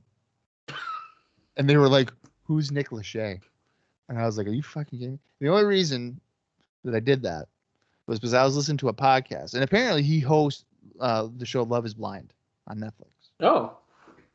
Which I didn't know that. I've never watched Love is Blind. So I don't know. Bullshit. Yes, you have. No, I have not. I am not ashamed of watching horrible TV shows. I watch Bachelor and Bachelorette, all that shit. I have not watched Love is Blind. But I was listening to a podcast and you're like, oh yeah, Nick Lachey is this huge mega singer. And I was like, bullshit. He was in the boy band 98 Degrees, sure, but like on his own? No way. Well, that's why I know that name. Yeah. I couldn't think about who it was, but now I get it. Right. Okay. So I was like, you know what? I think it was like yesterday. I was listening listening to the podcast. And I was like, you know what? Tomorrow, which was today, I'm gonna go around and ask people, what's your favorite Nick Lachey song? And they were all, I'm telling you, everybody was like, I don't even know who that is. I had one person who was like, oh, that's the guy from 98 Degrees. I was like, yeah, but name me your favorite Nick Lachey solo songs. And they were like, oh, I couldn't tell you. That's awesome. A lot more submissions in here. Still very, very technical start to this. Swapping submissions. We just had a cover by Dutt, but Red has kind of gotten out of that. Thought he was going to maybe suplex him there, but now they're fighting headlock by Red. So, Dallas, I'm going to ask you, what's your favorite Nick Lachey song? I don't know any.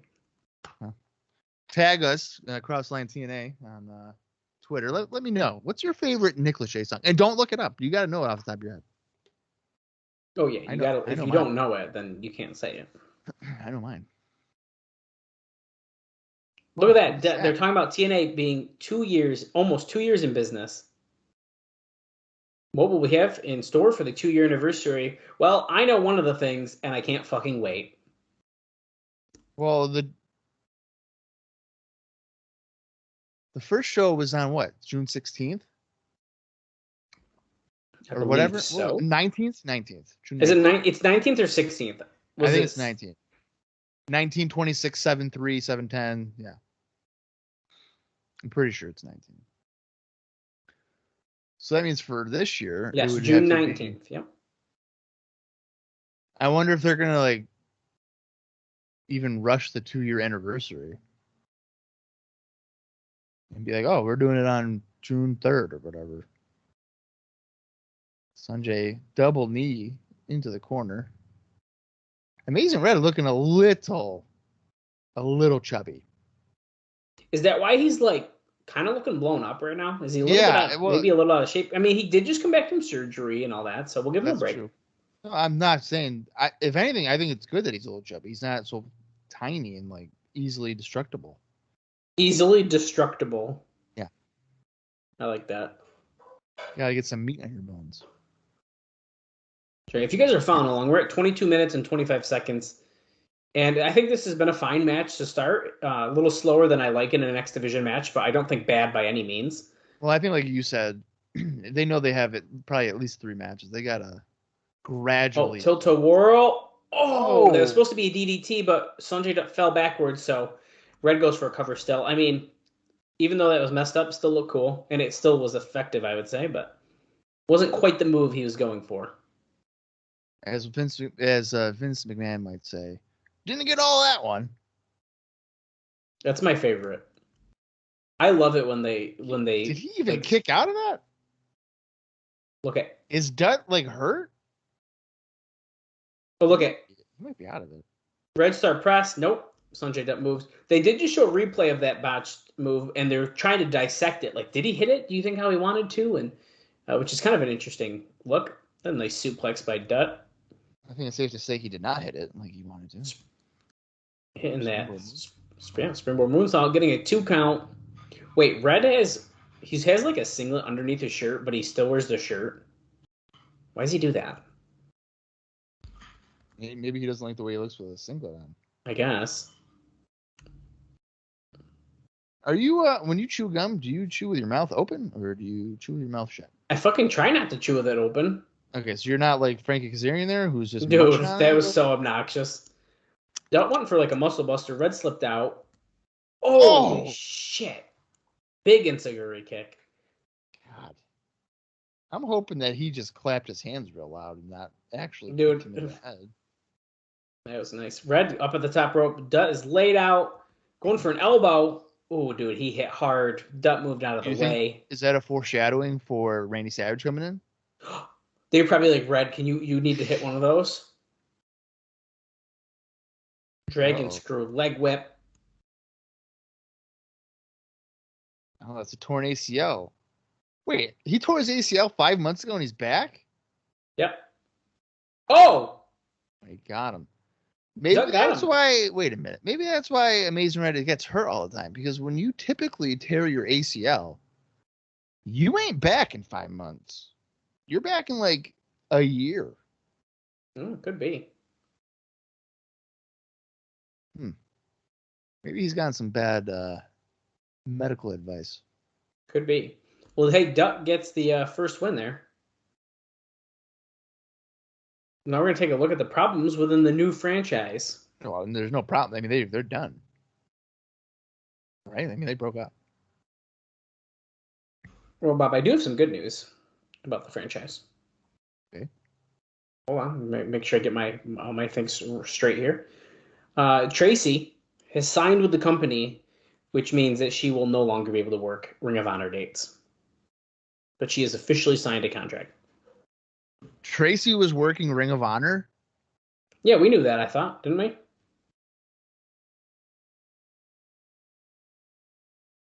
I know. I feel like we've discussed before, but... Huh.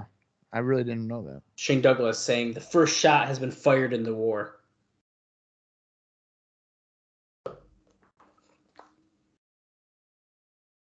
Showing the whipping. Who would she even... Does it say who she was like with? I mean, not in my note. I'm sure we could figure it out.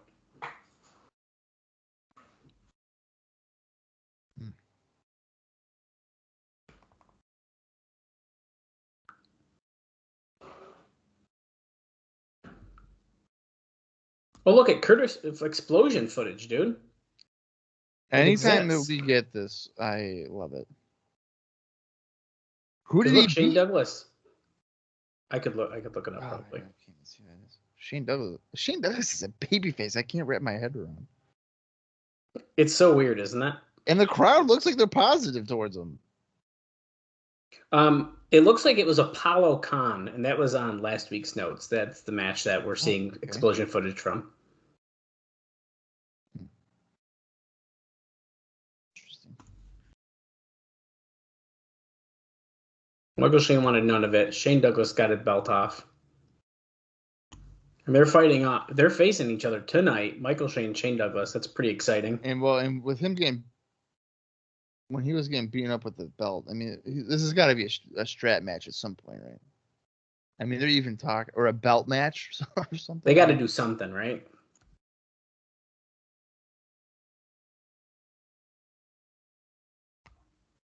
Step aside, because the new franchise is here.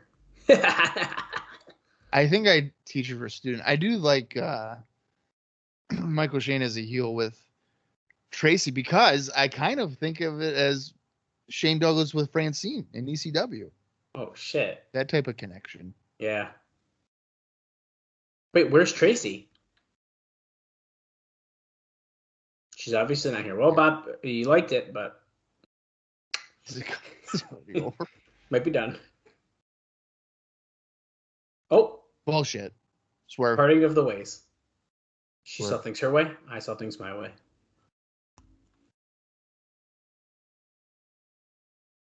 I didn't have Tracy by my side before this, and I didn't need him.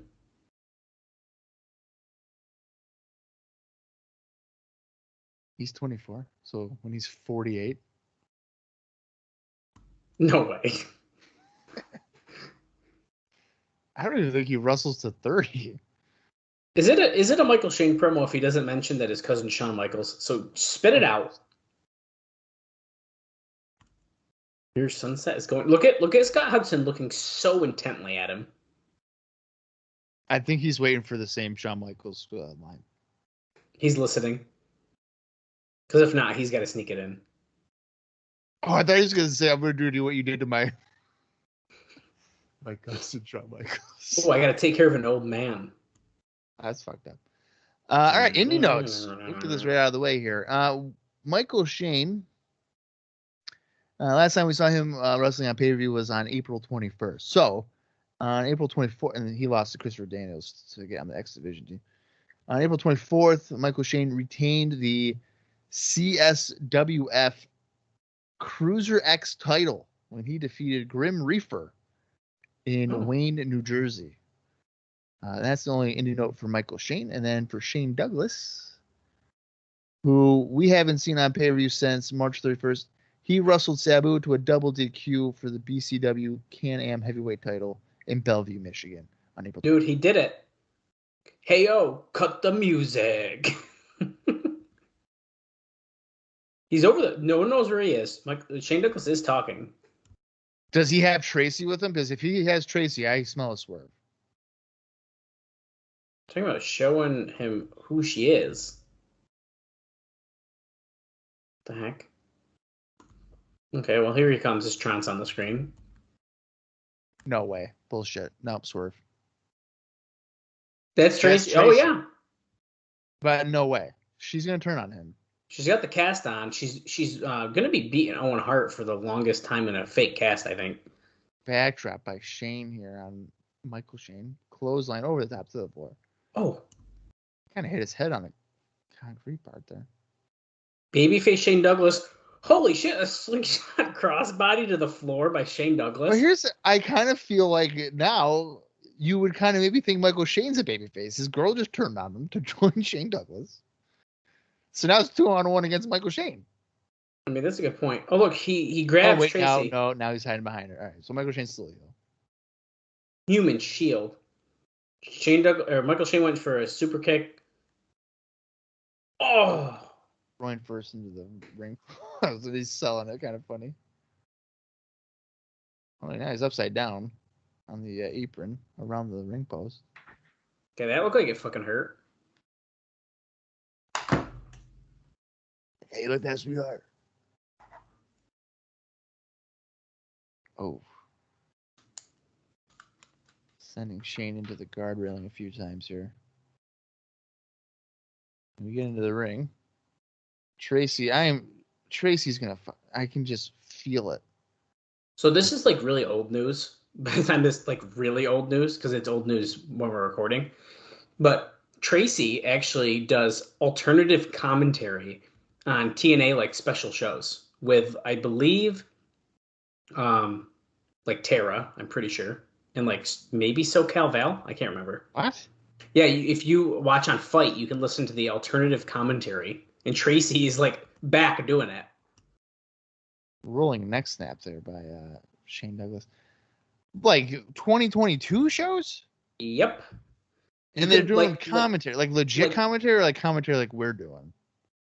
So I don't know. I haven't listened, so I don't truly know.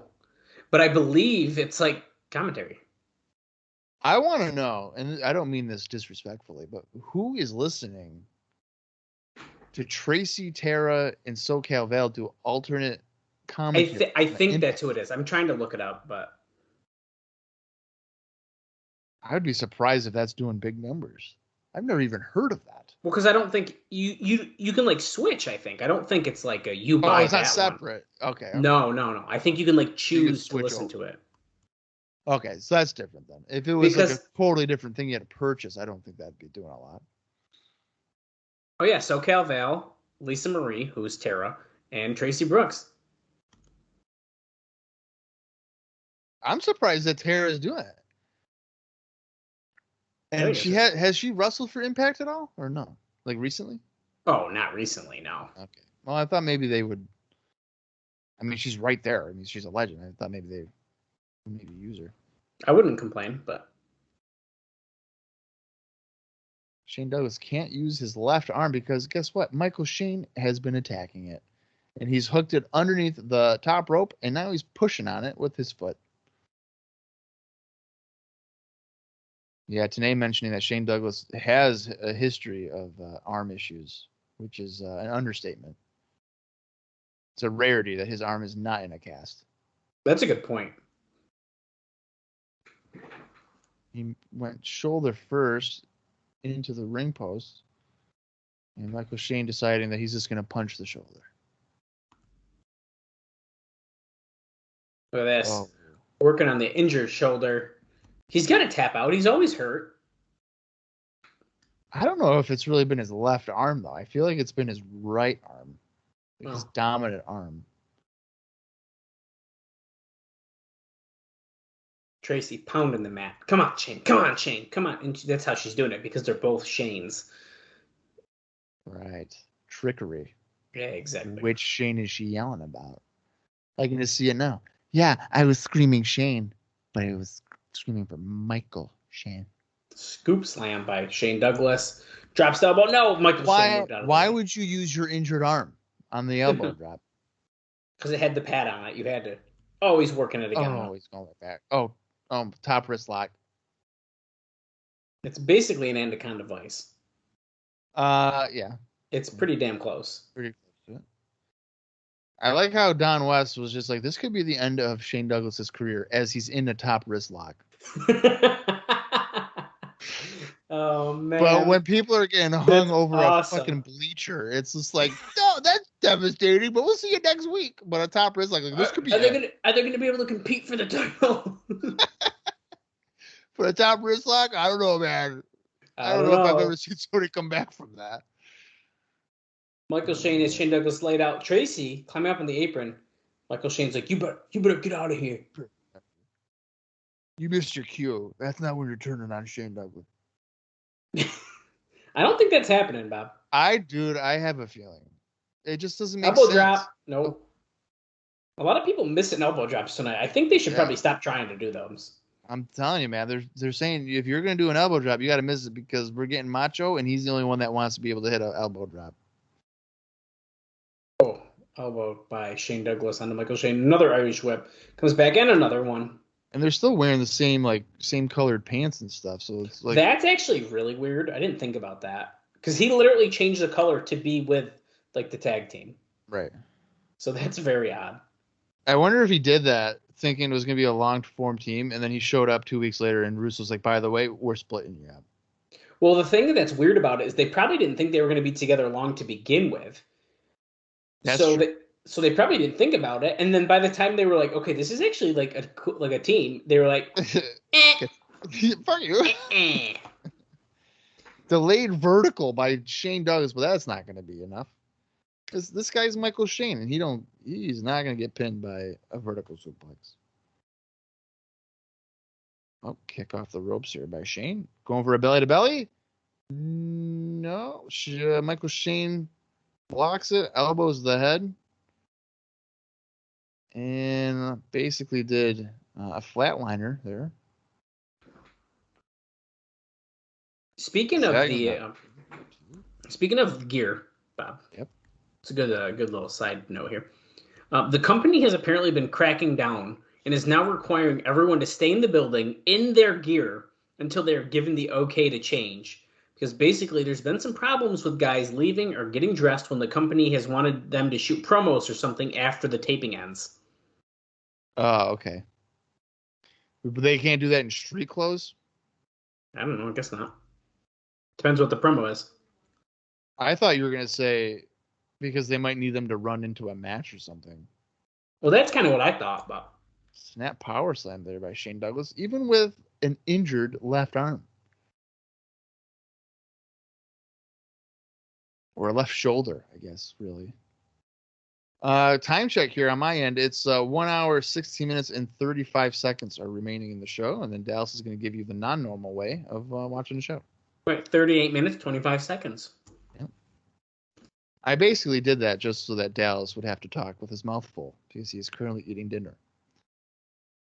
Oh, drop kick. He's got the chain. Is he going to whip it in the air and be like, hey, I got one?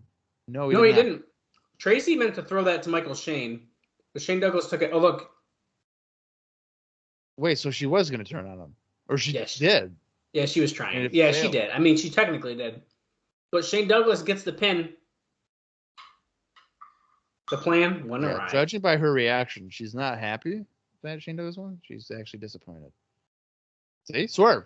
What a swerve, bro. I fucking called it, dude. I knew it. It made no sense, especially because the promo before she was with him. How would she just suddenly join Shane? They shouldn't have shown the fucking promo. Yeah, that was kind of a good point. Yeah, I mean that's how you kind of know. She got rid of her glasses. Does that mean she's going to get up? That means she's taking a bump. Uh-oh. Shane, Your shirt on this is Lucky. Is she lucky right now? I'm with you, Shane. Oh, she went to hit him with a cast. That's my cast. I need that for my arm now. What? Oh. Don't do this. Wait, this is Fox Sports Net, dude. You can't be spanking a woman. Well, that's why it's a spank and not a fucking choke slam. Well, and also he didn't pull down her pants, and that probably would have happened 6 months ago. Tracy just wailed Shane Douglas with the cast. Nice shot. Right, she just took off her belt now. Now she's doing the Shane Douglas taunt with a chain, but it's her belt. We're getting a strat match. I mean, I think we have to. She's choking him. Uh-oh. Oh, shit. Super kick. I don't need nobody, but I need Tracy. Oh, my God. Settle Miano. He just did it. Miano. I don't need you. I'm the triple threat. I'm friends with Bam Bam Bigelow and Chris Candido. Not you. Screw you. What a weird, light little kiss that her and Michael Shane did. But usually Shane Douglas and Tracy are full on like Frenching. I'm convinced, and I know it's not true, but I'm convinced that Shane Douglas has slept with every single female manager that he's had. And if you go through you gotta live the gimmick. So if you look through his managers, by God, Shane Douglas is a fucking hero. We're about to take a look at the World X Cup here, which looks like probably just a highlight package. One night. 4 countries. I actually have some kind of note about this. TNA Wrestling's World X Cup. I gotta find my note about it. I don't even know where it is. This highlight video is literally just different versions of a moonsault. Well, you're right, but 2 tag team matches, a 16-man gauntlet, a ladder match. Well, we actually did see this before. The Ultimate X. And guess what? Juventud, who you see here in this video packet, he ain't in it. But my note I'm actually saving for a little bit about that's related to this. Besides the fact that we know this is happening, I guess I didn't have another note. Did I just see a commercial on my television that HBO Max is $9.99 a month? Might be. Okay, here we go. Look at this team, Bob. It looks a little different. We already talked about this a little, but we've mixed up the team. The all-new Team Canada. We've cut the fat. Teddy Hart and Jack Evans are out.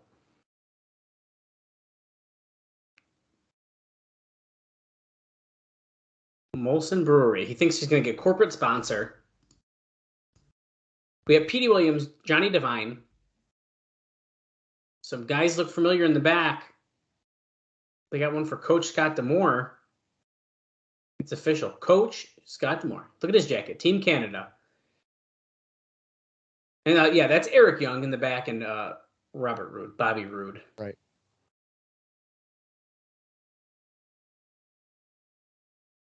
This is Bobby Roode's. This is the very first time we've seen him. Okay. We're ready.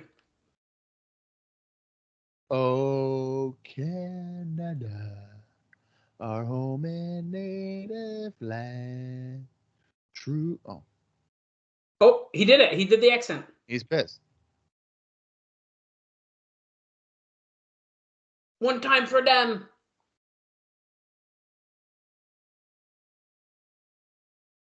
Oh, they're doing the French version. Oh, wait a second. Oh, no. The Real Life Crew just walked in during that.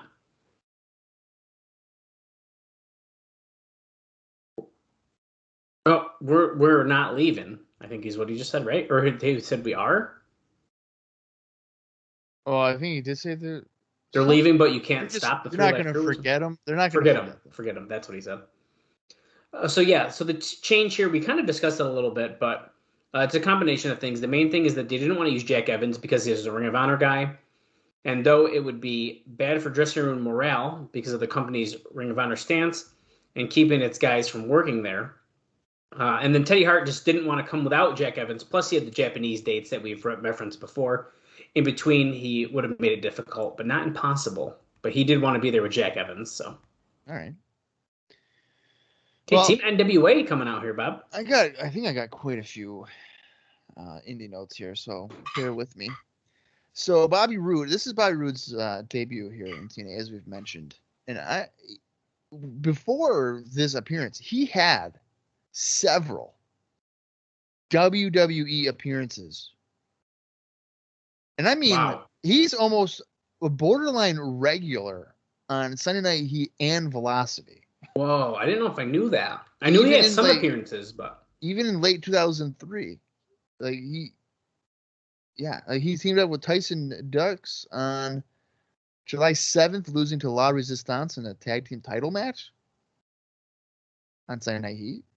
Which I didn't realize that was a thing. Bobby Roode's bucket hat is so shitty. Yeah, it's not a good look.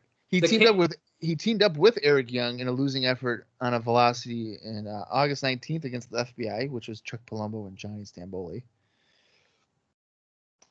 Let's see here. He lost to Billy Kidman on the October 7th 03 Velocity. Let's see here. And then most recently, he teamed up with John Murray, losing to A-Train and Rhino. It's a weird tag team on February 3rd, 2004 Velocity. And his last appearance for WWE was, in fact, a dark match, which I'm sure was yet another tryout, where he lost to Johnny Stamboli on April 20th. Wow. Which was at Velocity. Well, I'm assuming a SmackDown taping, but yeah. I believe they just told us that Bobby Roode is the new team captain of Team Canada. Interesting. The new guy is the captain. You know what I would do? I would pick Petey Williams because he's the smallest guy. As like a heel team, like that, I hate that. Oh, okay. Yeah. Like, the little guy's your captain. Like, come on, really? Yeah. Eric Young, we haven't seen him since January 28th, and apparently his only note, which I'm sure is not his only note, but the only one on Cage Match, was back on February 8th, losing to Chris Sabin in a ladder match for the BCW Can-Am Television Championship in Bellevue, Michigan. And I'm sure I've said that before for Chris Sabin, as Williams got caught coming off the middle rope by Daniels, fireman carry, or Death Valley driver attempt, but Williams got out of it, and he did like an arm drag and a drop kick. Speaking of Petey Williams, look at that great transition bob. It's like I've been doing this forever. On April, we haven't seen him since March 24th, when he lost a 6-way elimination match, #1 contendership. So, I mean, I guess I might as well go through what he's been doing here. March 27th, he lost to Nigel McGuinness for IWA Mid-South. April 2nd, that's a nice power slam by Skipper. Real nice. April 2nd, Petey Williams and Sabian defeated Jimmy Jacobs and Sonjay Dutt in an aerial assault match for CCW. The next day, April 3rd, Sonjay Dutt retained the CZW Junior Heavyweight Championship against Petey Williams and Roderick Strong. Did April you see 10th, that back spin kick by Skipper? That was awesome. April 10th, 6-way elimination. Petey Williams won IWA Mid-South, simply the best 5. He defeated Eric Cannon, Emil Satochi, Jimmy Jacobs, Nate Webb, and Roderick Strong. April 25th, Petey Williams defeated Jimmy Jacobs for BCW. And the most recent one, May 1st, he lost to AJ Styles at a MMWA Rampage TV taping in Michigan. What? La Parka's here at the Asylum. What? You're joking. It's a weird thing to just announce. Well, because they're talking about team AAA. Team AAA. Okay. Which, speaking of, really quick, are you done with your notes or no? No. I have 3 more. I got 3 more guys I'm gonna fucking talk about. Oh, I'm gonna do this very quickly. Okay, you do yours quick, yeah. April 25th, Chris Sabin retained the BCW Can-Am Television Championship by defeating Nate Matson in Bellevue, Michigan. Christopher Daniels, his most recent one, May 1st, he lost the ECWA Heavyweight Championship in a 4-way elimination match when John Walters won the championship in a match involving Austin Aries and Mike Cruel. And that was at ECW, the Night of Unusual Matches in Wilmington, Delaware. And our last fella, Jerry Lynn. Well, I guess Jerry Lynn technically didn't have anything new going on. So, never mind. Go ahead. Okay, cool. As Johnny Devine just did a huge crossbody to Jerry Lynn. So this is kind of a double note, but they just mentioned Armando Quintero on commentary. So Abyss worked for AAA a couple times this past weekend, which if he's on the show, we will discuss. Look at that moonsault by Johnny Devine. Well, Armando Quintero, who is the TNA Spanish language announcer, works as the TNA heel representative who brings the foreigners in and cuts the interviews for them. So he's like the bad guy. Oh, okay. So when they come in, they don't speak the language. He does it for them. Yeah, that's what I got out of that. And also, I mean, I might as well. This is all World X Cup related. And Bob botched some names. It's my turn. Under the pro wrestling, well, this one's not quite World X Cup, but we're bringing in people from all over the place. So, this is under the pro wrestling Noah. So I'm apologize if you're a fan of this guy. I'm sorry what I'm about to do to his name. Wait. Oh. Eric Young tried to slide under the bottom rope, so Jerry Lynn just landed with the leg drop anyway. Yoshinari Ogawa has said that he's going on a summer U.S. tour and will be doing a pay-per-view for TNA in July. As Bobby Roode's in the ring, laying in some elbows on Jerry Lynn. Ogawa.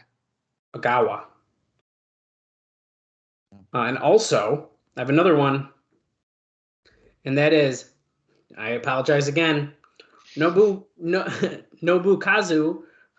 Hayari, of All Japan was talking about what a big deal it was for him to come in for the X Cup because his father, Mitsuhari, I'm definitely saying the last name wrong, who just recently passed away, had worked in Nashville early in his career.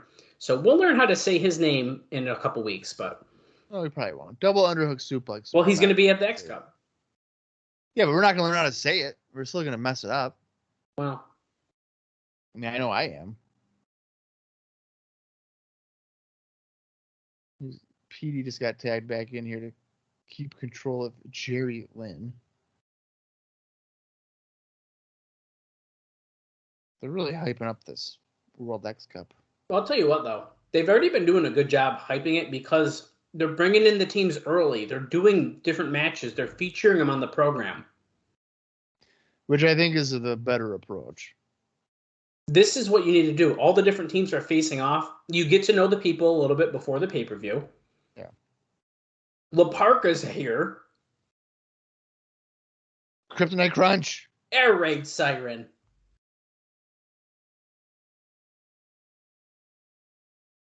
Oh. Wait. Wait. He just said Petey Williams is the king. Earlier they said they thought that Bobby Roode was, so maybe they got that wrong then? They might have. Okay. Come on. Yep, Saban and Eric Young going at it. Oh, never mind. He's cleaning house, though. Clothesline. Elbow. Nice spin kick. Jeez. I must say, I do like the guys on Team Canada. Dude, Team Canada's like really good now. Oh. They might be the favorites. I might think they might win it. Oh. Divine just got powerbombed out of midair. And I say really good now as if Teddy Hart and Jack Evans aren't good, but that's not what I meant. I think this team fits better together. Right, like the singing the national anthem and like all that, like it's good shit. Yeah. Plus, Teddy Hart's too much of a loose cannon, and I mean that literally. Like you don't know what he's gonna do. Saban going to the top rope, but Bobby Roode cuts him off. Bobby Roode is a guy that will be a prominent factor here in Impact for like the next, 12 years. Might become a big deal. Oh, great. Tower of Doom. You think he's going to be a big deal, huh?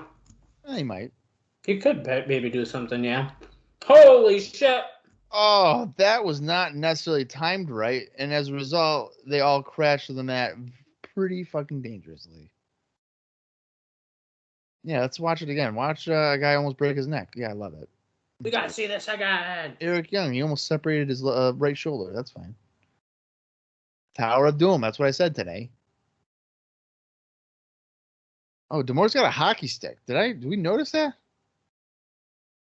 I did, but you were doing indie notes, and I almost tried to be like, the flag's on a hockey stick.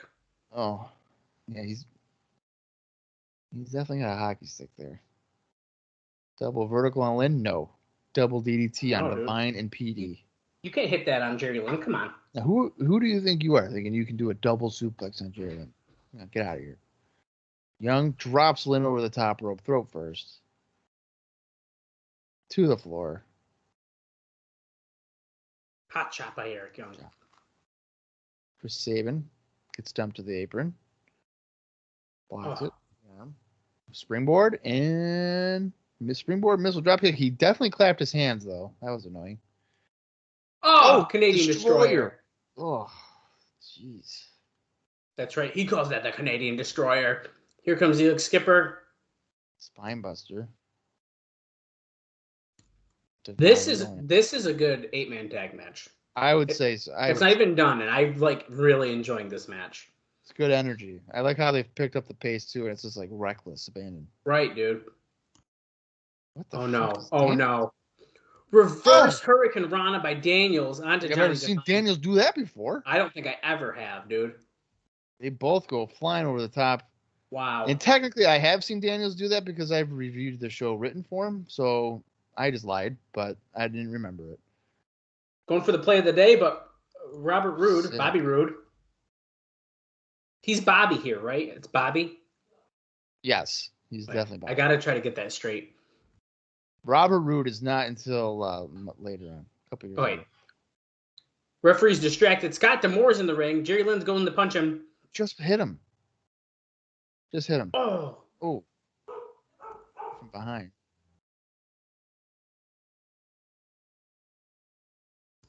Let's see. Cradle. Cradle pile driver. D'Amore's got the hockey stick. Oh, he hits him in the back of the hockey stick. Inside cradle. 1, 2, 3. Got it. Dude, is that foreshadowing? Big win. Of course, Andrew Thomas wouldn't be able to hear a fucking hockey stick breaking over someone's back. Listen, I'm going to give him the benefit of the doubt. Oh, wait, it did actually break. I was going to say he kind of hit him kind of soft, but I guess it did break. You could hear it break. Is Hudson there? What's happening? Something's happening in the back. His team kind of is celebrating. Oh, wow. This is Vince Russo's personal locker room. There's a suitcase. There's a picture of AJ Styles in it. Wow. It might have been the 3 Live crew who did this. It's Kid Catch. What happened in here? I think it's the crew. Ripped up mad. Oh, smells like they left a little more than just a little mess. Oh, he says it wasn't the 3 Live crew. Of course I know. I'm the KID. I also got hair in my mouth. I was just going to say, get the hair in your mouth. Oh. 5 minutes ago, he saw James Storm walking out, putting stuff in his pocket. Edge. Yeah, the Pillsbury Cowboy, James Storm. Oh my God. That guy's an idiot.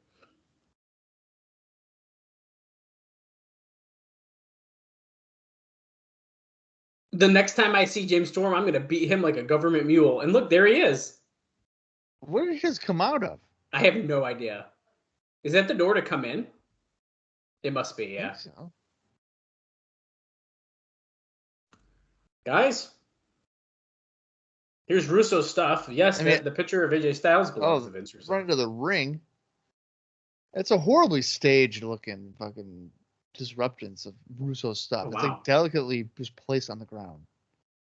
We're running ringside. Running away. He's now in the ring. Because, you know what? If you're trying to escape somebody from backstage, of course you run to the wrestling ring. That's right. Storm with a clothesline.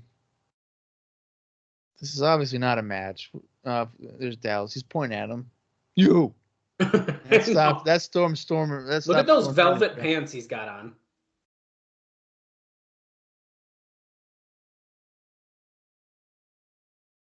What the fuck was the point of that? They ran to the ring. They brawl. Storm gets the advantage. Dallas comes out, and then he slides out of the ring, and he says, "I'm smarter than you." Dude, you ran to the ring. I don't know, man. Oh. I don't know if the singles match between you and Trinity is a good idea. What singles match? Is there a singles match tonight? Sounds like there is. That's a new development. How's that broken back doing? Well, here's the thing. It wasn't even Trinity that broke her back. And she's taking credit for it? No, she's just talking shit about it, that's all. All she did was betray you. I guess during this, Bob, speaking of women, Terry Runnels did an interview on Voice of Wrestling radio, Yeah.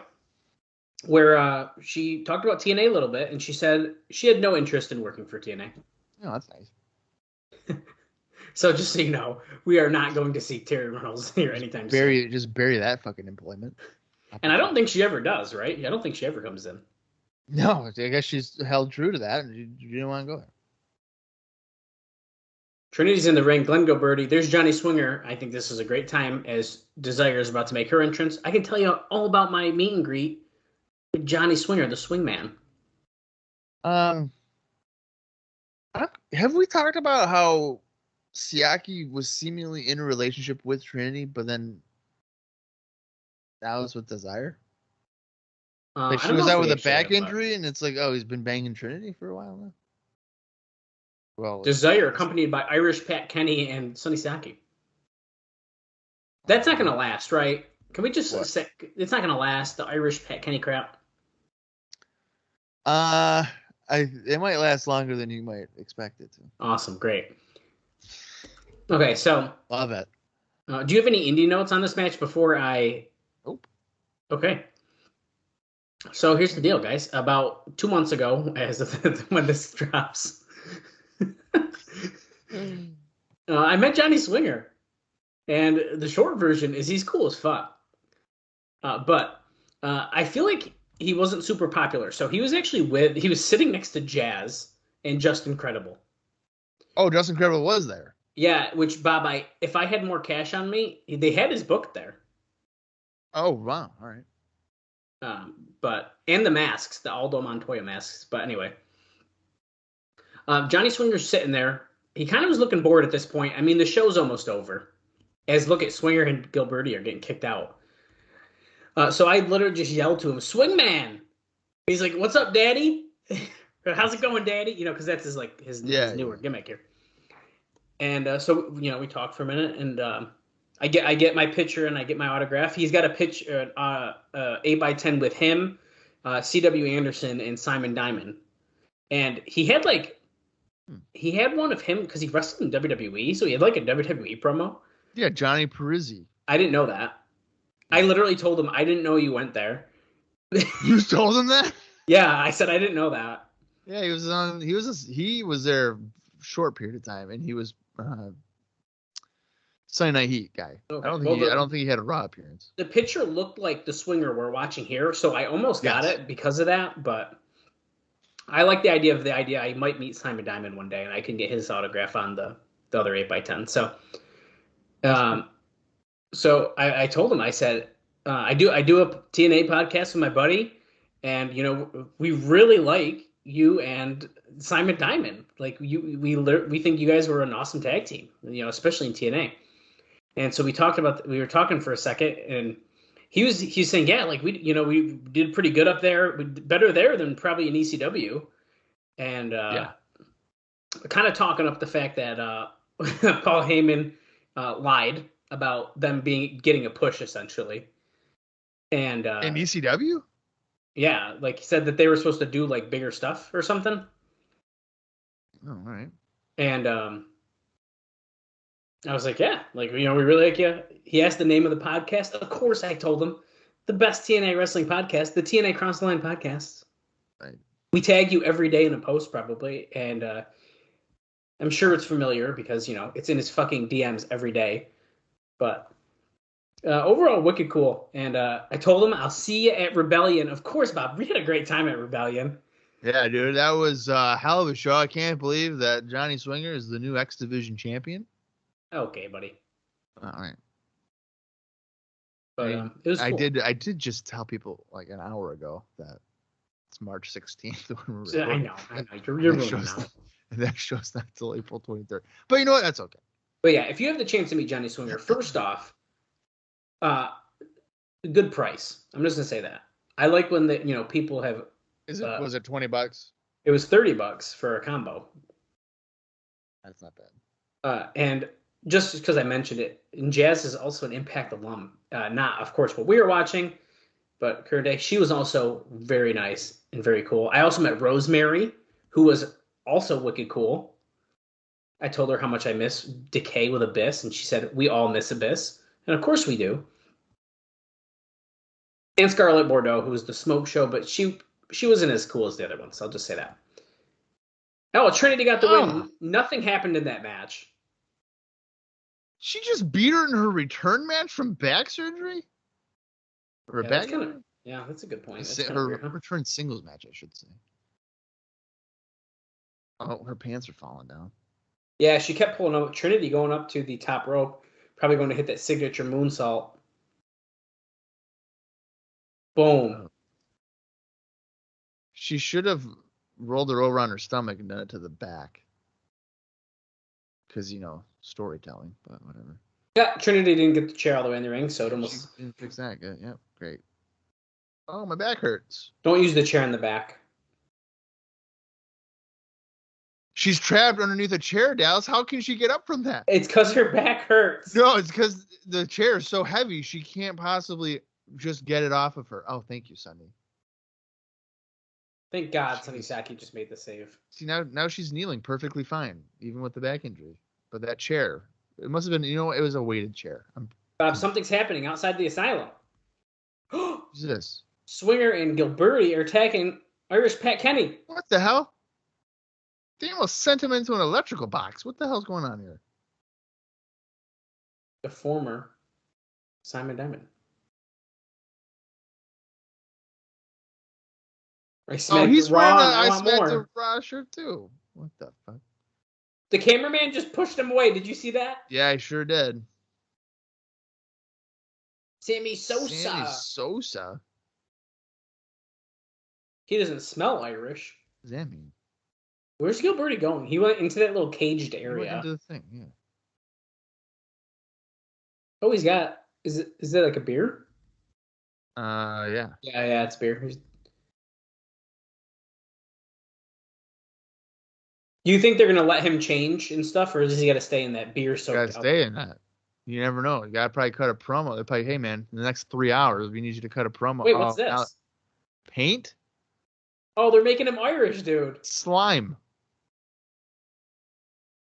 Irish Pat Kenny is green. Wow. Interesting note here. David Young is not involved with Gilberti at this time right here. It's kind of weird. Well, that is true. Okay. Where was he? Goldilocks, Eric Watts promo here. An emotional video package right now. It's too much. Anything is possible here in TNA. They're not even saying anything. It's just, oh, look at, they're showing the hand holding, but it kind of just zoomed in on Goldilocks' boobs there, but.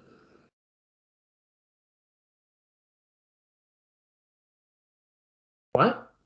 I gotta stand back? We already know what happened to that. Why you don't need this far back of a reminder, I don't think. This is like, how long ago was this? Dude, I don't even remember. This is at least 4 months ago. You're breaking up with me, aren't you?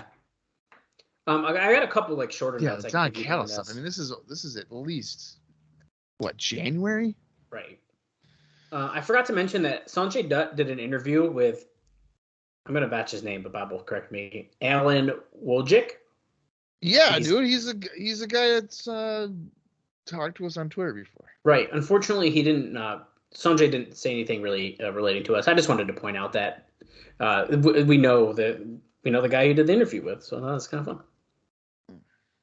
fun. Also, I should have mentioned this during the last match because I don't think we're really going to see America's Most Wanted on this show. But the AMW and Triple X cage match, which is one of the best matches in the history of the promotion, is airing for free all month on the TNA On Demand website. And also, TNA is opening up a shoptna.com website. Oh, really? You don't have to just go to NWA-TNA.com anymore. That's good. So they're showing like a voice message of Goldilocks like calling Eric Watts. Well, she's saying like, stop calling me, suggesting that Eric Watts is like harassing her. Right, but I think we know it's not really what's happening. Obviously, it's the other way around, buddy. That woman has taken away my life. She's taking everything from me. I got nothing left. You think I'm crazy, don't you? Yeah, you are. You're nuts.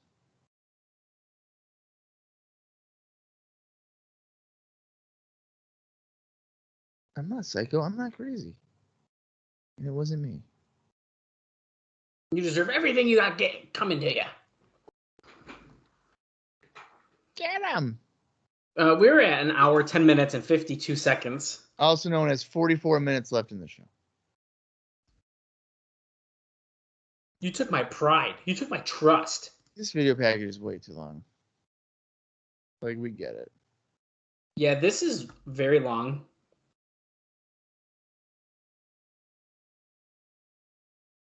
Former Director of Authority, Eric Watts.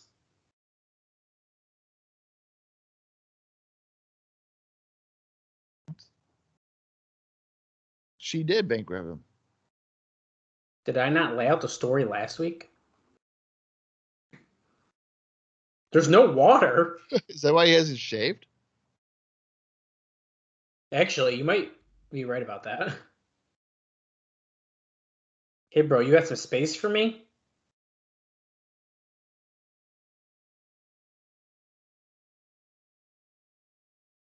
Wow, Eric Watts has really hit rock bottom, I guess. Yeah, what is going on here?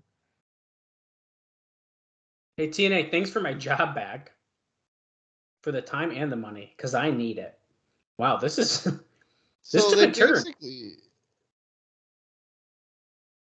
They basically just dropped the whole storyline of him like being out of TNA just to bring him back with no... Hey, you just got your job back. You were gone for 3 months. You're good. Yeah, but I don't think that we thought he was permanently gone. Because we discussed that. Like, he's still good. He just lost his power. Is he actually gone? I thought it was a loser leaves TNA. The one with Don Callis? Yeah, wasn't it? No, that was power. Like, you lost the power. Right over there. Oh, perfect. Go this way, Eric. Why is Eric going the other way? Wrong way. Dun, dun, dun. Oh, Abyss. I didn't think Abyss was going to be out here. Well, you mentioned he was in AAA, right? Yeah, dude. Abyss is apparently really busy because he also, we'll talk about it next week, he's also going to be working in Puerto Rico this coming weekend. So this dude's nuts. Well, on May 1st, he teamed up with the Headhunters again, as he had done last week. And he defeated Granda, Hector Garza, and Latin Lover, which was literally a rematch. Wait, I see that right here. From the previous week. Oh, do you have his other match? No, it's just that one. No, dude, I got another one. Oh my God, I'm helping the indie news, guys. What is it? He also worked on May 2nd in a 3-way cage match with the AAA version of La Parca and Cybernetico. That's the way better match than the one I just said. I know, that's so weird that that's not there. Cage match? What the hell, dude? Oh, shit, Eric Watts came out the other way. Oh, he's got a baseball. He's Sting. Oh, my God. Oh, shit, he hit him in the throat. Oh, right in the face. Oh, God. He did it again. Okay, Watts, come on. Jesus, dude. Goes to swing. Wax rules, bro. Referee does not care. care. The guy that stole your girlfriend. Really pissed. Abyss goes to use it, and that is, I'll tell you right now, man, that is a wiffle ball bat if I've ever seen one. That's why he was jabbing him in the face like that. Is that Andrew Thomas? Yeah. Okay, I thought so. The way that they picked that bat up is a fucking wiffle ball bat if I've ever seen one. Holy shit. Eric Watts doesn't have any indie notes because it's Eric Watts. Who's going to book him? Nobody. But, wow. Wiffle ball bat. Wiffle ball bat right to the face. That probably still hurt. Oh, dude, yeah, that'd still not feel good. Those things, like, slap you. Oh, yeah. Abyss, atomic drop. Well, he no-sold it because Eric Watts doesn't have balls because Goldilocks took them. Goldilocks took him because she took everything else. Yeah, this gets knocked to the floor. Wow. This is just nuts, dude.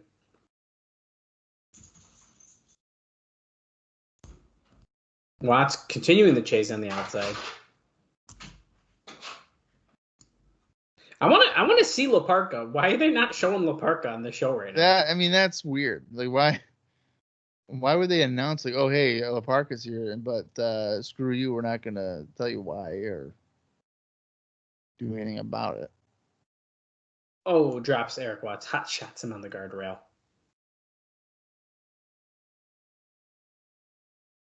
Oh, my hand. Well, I feel like I'm kind of blowing through notes, but I feel like it's sort of, well, I guess it's not really. I'm going to hold on to this one a little longer. Never mind. Holding on to it. Oh, wait. No, it has Abyss in it. Okay, I'm telling you. Hey, just do it, man. I'm doing it. Okay, so TNA has Johnny Fairplay booked on a number of media appearances, including Cold Pizza. I don't know. Why? He ain't fucking on the show anymore. Well, because they won't use him, right? So even though he's on shows, he can't plug seeing him on Wednesday nights. Aside from the fact that he didn't do well when on, he may have made a huge tactical mistake when he was running down Dutch Mantel to Abyss, not really realizing that the two were tight. He apparently made the suggestion as well of doing that Bobby Heenan apprentice angle, but it fell to deaf ears, essentially, which we discussed that angle a few weeks back. He was shitting on Dutch Mantel to his best friend.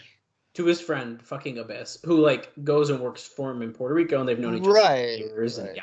Oh, look at that. Abyss is clothesline Watts in the corner, and now Watts is in a tree of woe over the ropes on the apron, and now Abyss he's doing low key kicks. Yeah, what the hell? Awkward looking low key kicks.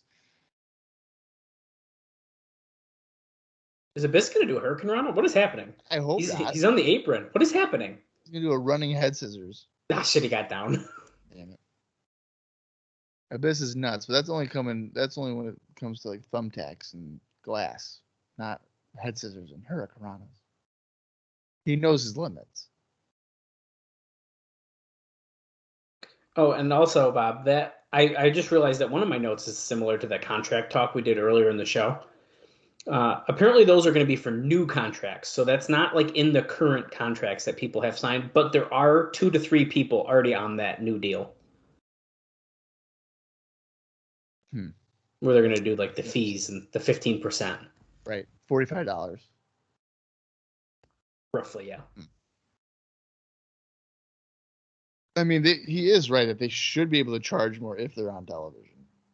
Yeah, I mean, I think hopefully that'll help these guys out. But, I mean, I don't know. How many people that are going to indie shows are watching Impact? Hey. At 3 p.m. Hey.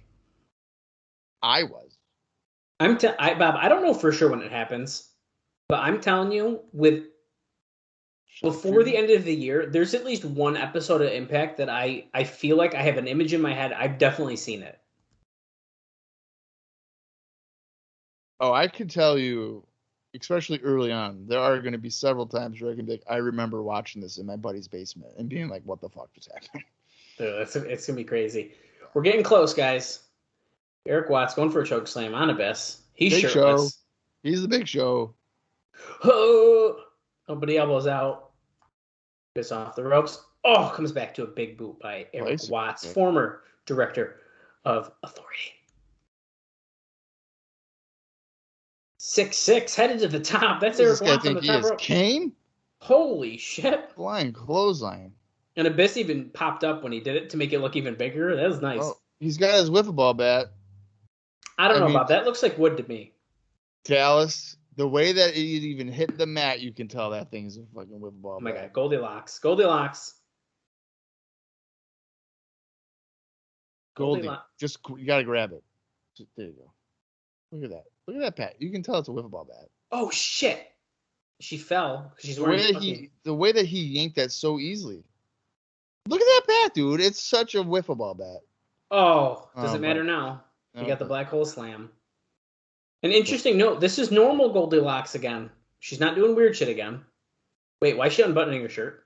Oh, she's fixing it. Okay. I was like, was she sexually controlling Abyss? You never know what's going to happen. Was that an interpretation? I think it was. Okay, because I don't think that's real. If you're wondering, that's a note from Dave Meltzer we read a few weeks back. I don't think that's legit.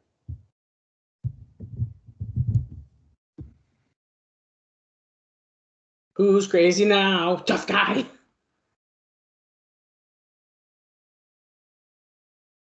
Poor Let's call Eric. her a psycho woman. That's rude. What's this? Dinner on me, Eric. Look. Oh no, dude. Is She's it? Ted DiBiase. Is that $1? Buy yourself a Happy Meal. She did it. Oh. She shoved the money into his mouth. Oh. He He's popped Undertaker. up. Chokeslammer. And that way Abyss doesn't even realize it. Oh.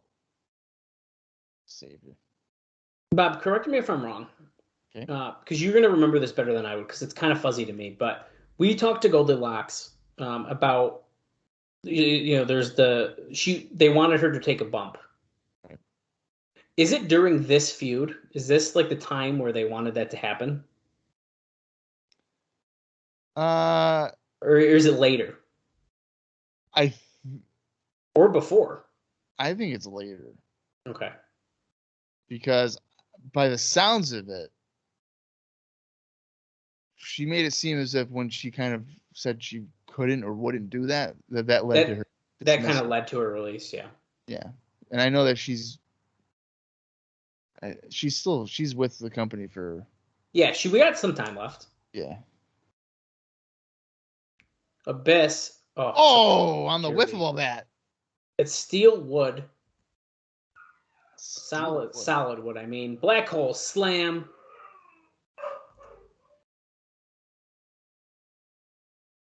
Is he going to do the torture rack sit down move? This guy is that security guy is clearly stumbling into a move here. He is just waiting to get destroyed. I don't know why you would think that, Bob. Look at him. Oh, my shoulder. I'm going to stumble backwards towards a monster with a mask on. I can't. And he's mad. Are we kidding? Are we serious? Wait, now he fell down. Wait, now he wants to get up. Is the security guy not aware that he shouldn't be in there? Yeah, okay. Drop down. Okay, get out of there. Did you hear that? That's a wiffle ball bat. No, I didn't hear it at all. It's a wiffle ball bat. Oh, he just clotheslined him with it, though, dude. Yeah, but he ain't going to whack Abyss over the back that hard with a fucking wood bat, dude. Yes, he is, dude. Look at it. It's wood. No, dude. No, you know what it is? Look at how he's hitting the mat. It's a wiffle ball bat. It's such a wiffle ball bat. I love it. They just painted it black. They 100%. Oh, shut up, Bob. Shut up. There's La Parka. The chairman. Are you fucking serious? What the fuck? A tremendous announcement. By speaking Spanish. La Barca. Oh, mucho gracias. Ultimate X? Hold on a second. Hold on. Dude, is La Parka going to be an Ultimate X? You're kidding. Yeah, let's do it. In June. Hold on. I hope he's going to translate in a second. He just keeps saying, yeah. Raven just walked in and goes, I'm so glad that you came here to see me win the NWA World title. Oh, he doesn't understand English. Understand this. Oh. Look, oh my God, they brought in La Parka so Raven can beat him. Oh, no. Oh, fuck. Well, there goes Ultimate X. Dude, Raven hits his arm with the chair. Nobody cares about Cinco de Mayo. Oh, because it is. Yes, guys. Happy Cinco de Mayo. Yeah. Yeah, woohoo. He's going to win the NWA World Championship tonight. Quote the Raven, nevermore. Bob, hold on a second. This was one of the best segments I've ever seen in the Asylum so far. They bring in Chairman La Parka, which, by the way, I believe is the fake La Parka. That's not the real one. Right. Because the real one is L.A. Park. Right. And I believe this one he's now passed away. I believe. The fake one has it. Right. So they bring in La Parka, and fucking he's got the chair, and then Raven just beats him up, and we don't even know why he was really here. Yeah. Well, by the sounds of it, he was promoting an appearance for the World X Cup, but I'm assuming that attack means that he will not be there. Bob, I can't even believe that just happened. That's the Academy, the TNA Academy. Many people have come out of that. No one's come through that school. That's not true. You've had numerous weeks now to give me one instance of somebody coming from that school, and you have yet to tell me one. And I can tell by the reflection in your glasses that you might be trying to look it up right now. And you ain't going to find nobody. I'd like to try. 3 strike series, man. This is not. Makes no sense. 5 months to get back. Team AAA, Hector Garza and Mr. Aguila are taking on Petey Williams and Bobby Roode. Is that next week? Yeah. Yeah. Michael Shane, Shane Douglas in a corporal punishment match. Wooden paddles in each corner and leather belts. Wooden paddles? Someone's getting their kink fulfilled next week. Well, I have a feeling that we're going to be seeing Tracy getting spanked. Talking about Monty Brown.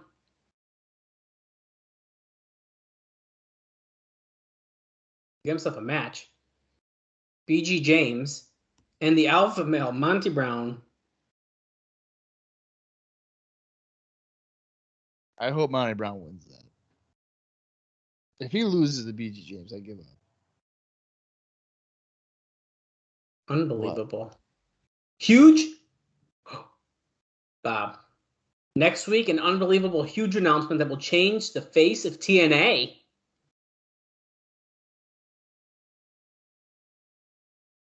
Biggest in history.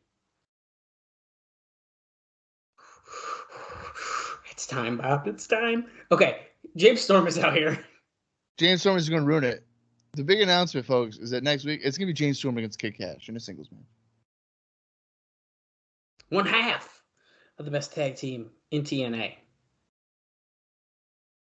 And just like these American soldiers that they purposely stuck right behind the announce table. Yeah. That's why they call me the Cowboy James Storm. He throws his hat into the crowd. If you happen to have that hat that James Storm has thrown in the crowd, and you have proof of it, send us a DM at CrossTheLineTNA or at TNA CrossTheLinePod on Facebook. Raven, AJ Styles next. It's not going to be a bad match. I don't think it's possible between the two. I can't wait for this video package. It's going to be February 2003. The first time they wrestled. Or March, whatever it was. Destiny. Oh my God, this is like the cover of the DVD they come out with. Look at. That's pretty cool. That's a nice illustration. Was Lash LaRue maybe? Oh, dude, I bet you he did. Yeah, I wouldn't be surprised. I'm going to beat AJ Styles. I'm going to take my title. I'm going to be the worst champion you ever saw. That's pretty funny. Well, Bob, while we're getting a long video package, let me give you my final note of the night, which is that AJ Styles interview with Alex Marvez. And now I've been hyping this up as if there's like breaking news here, and there's not. I'm just done, you know. He said he's very happy with where he was right now, and that 2 years ago he could have never envisioned he'd have gotten this far. He said there were a lot of things that he felt he could work on, such as his interviews. And then kind of jumping around a little bit here. He said that he grew up in a loving family that was very church-oriented, so that they always came first. Quote, it was still really hard to turn it down. Everybody dreams about working for WWE. Luckily for me, NWA-TNA came up. I can't say I'm the smartest guy in the world. I think, honestly, the Lord was looking out for me on that one. It was a leap of faith, not to quote the Hardy Boys book, but it was. And then my final little line there is he said that he didn't understand what was going on with TNA and ROH, and that he explained his feelings on it. It was clear that he has no idea. He said that if TNA allowed him to work Ring of Honor, he'd do it again because he trusts them that Rob Feinstein is gone. He was asked what his next career goal was, that he'd won the NWA title twice, and he says, quote, paying off my mortgage, he responded. He said that when he finished wrestling, he wanted to do something involving his other love, video games, which is kind of funny because I believe or at least he did, stream on Twitch. So he kind of was doing that. Yeah. I love how you were like promoted that interview, and then right before, you're like, by the way, there's nothing major here. It's just, I just wanted to save it for his match. Look at the old picture they're well, using of Raven. You don't look at what? Look at the old picture of Raven with blonde hair. Look at the old picture of Styles from his first title reign. Yeah, with the literally, that old is curtain from... behind him. Yeah.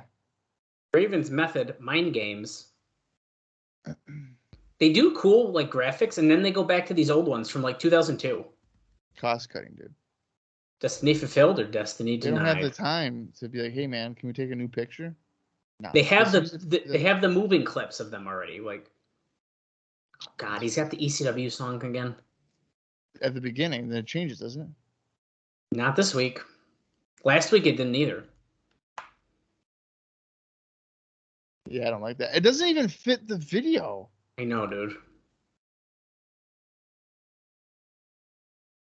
It made sense when he was wearing the jean shorts, but now he's back to being skirt wearing Raven, so it should be back to his other theme music. Yeah, and I'm gonna say it again: skirt Raven better than jean shorts. I don't give a fuck what you guys think. It's just the truth. I think you're probably right. The look is there. Yeah, go do your indie notes, Bob. I can't wait to hear what's going on. We're gonna enjoy this main event here. So Raven, he had one thing on May 1st. He defeated Jimmy Jacobs in a Ravens Rules match for NWA Rampage TV taping in Michigan. And then AJ Styles, he already had a match with Petey Williams on that same taping that he won. And then on the same taping as well on May 1st, he defeated Jimmy Jacobs in another match. So NWA, I don't know what that is, but they use a lot of these guys, I feel like.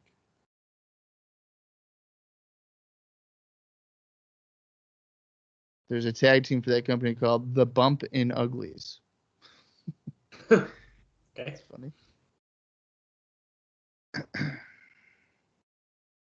Joey Legend was in the main event, too, by the way, for NWA. A Legend, former TNA awesome. wrestler. Good guy. Unfortunately, former. Yeah, and I don't think he ever comes back. So. I don't believe he does.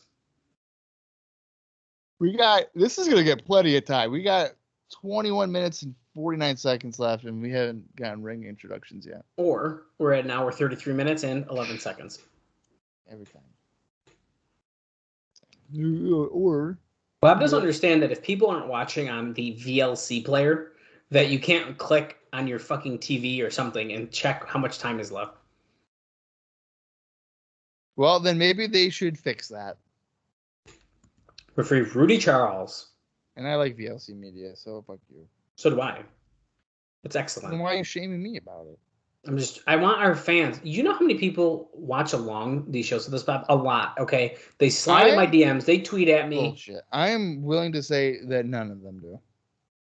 I don't believe that. Although, to be fair, a lot of people probably don't have access to these shows. So. Well, that's what I'm saying. Like, I don't think they've subscribed to Impact Plus to watch it. Hell, we're not subscribed to Impact Plus to watch it. I still got a free month in the bank.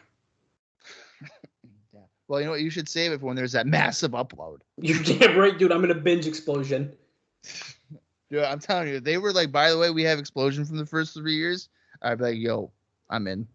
Me and Bob would be starting another podcast where we have to go back and watch every explosion. Here's the thing, and you think we're joking. Sorry to break it to you, but we're not. We're not. That would be our Patreon channel. We'd be watching Explosion on Patreon. Damn right. Belt being held up. Oh, jeez, Rudy Charles has got really hairy arms. That's right. 4 people are the only ones who have held that title in this company so far. Jeff Jarrett, crazy. Ken Shamrock, Ron Killings, and AJ Styles. You just named 3. Jeff Jarrett, Ron Killings, Ken Shamrock, AJ Styles. There you go. I think you didn't say Jeff Jarrett. My apologies. Well, it's about to be 5 because tonight's the night. Raven, he's going to realize his destiny. I know that because I reviewed this about 8 years ago. Raven wins. He wins with a backslide. A backslide. Yeah. Yeah, I think you hear me knocking. I think I'm coming in. He chloroforms AJ Styles. I need to talk to Raven just to ask him where that line came from, and then be like, okay, you knew it wasn't good though, right? I think he knew it wasn't good because he had stopped saying it. For now, he's not catching on. He'll pull it back out again. He tried to push that for like months and months and months. Yeah, he definitely tried, but like no. I think you hear me knocking. I think I'm coming in. Oh, the Raven. Never. In about another year, or I think it's another year. My dates might be wrong. There's like a Raven storyline I like vividly remember happening and like wanting to watch like pay-per-views because of it as a kid. Really? Yeah. I don't think it's necessarily a good storyline, but I remember it and I only cared about it because like, oh my God, Raven, he's gonna come back and like shit like that. I think you know why I think maybe the catchphrase didn't work? It's because it's not easily able to be like a sign. Right. Like, you could make like a flip one. I think you hear me knocking. I think I'm coming. Oh, dude, no. I need to meet Raven and have him sign that on a promo. I think you hear me knocking. I think I'm coming in. No, you know what would have to happen is me, in Austin, we'd have to go with like 3 different lines or 3 different fucking signs and be like, whoa. Dude, I think you hear me knocking. I think I'm coming in. Did we just come up with our signs for Rebellion that happened before the show? Yeah, maybe. And no one will get it. Everyone will be like, what is that? Be like, it's Raven, guys. Come on. Aren't you fans? TNA 04, dude. Styles working on that left leg of Raven. Repeated kicks, knocks him off his feet. So we haven't really seen Jeff Jarrett tonight, Bob. So we saw a video. Yeah, but you think like he's gonna come out in the arena in this match? No. Really? I don't think so. I think we're gonna see Jeff Jarrett. However, you know what I don't like is that Jarrett seems to only wrestle when it's a title match. Like even when he's not the champion. Styles, yeah, I guess that's kind of right. At least as of recently.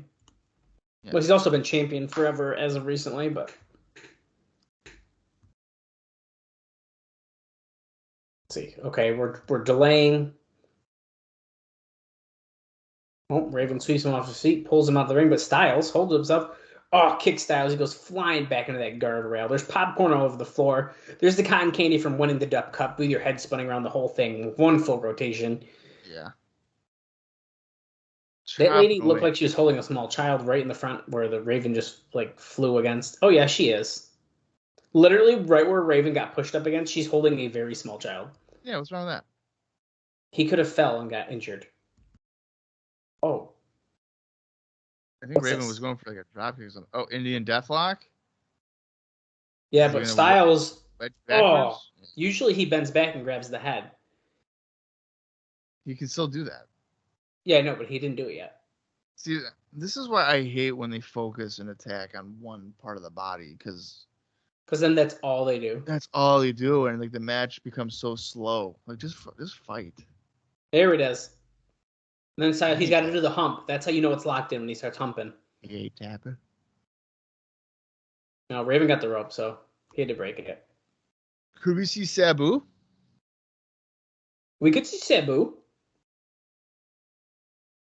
I mean, Raven did literally walk over him. Slingshot. Well, he went for a crossbody. Raven stepped away. Raven doing the Samoa Joe. Samoa Joe, yeah.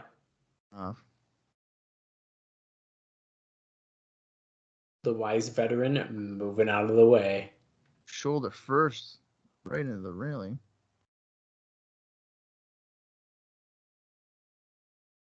That's right. Raven is the kind of person that will capitalize on a mistake like that. So great. So Raven's going to focus on AJ's shoulder. Oh, fuck. Right into the post. And then AJ's going to focus on his leg. So they're going to be hobbled. I love it. Dude, they're both going to be so freaking groggy right now, dude. Oh, hammerlock and into the post again.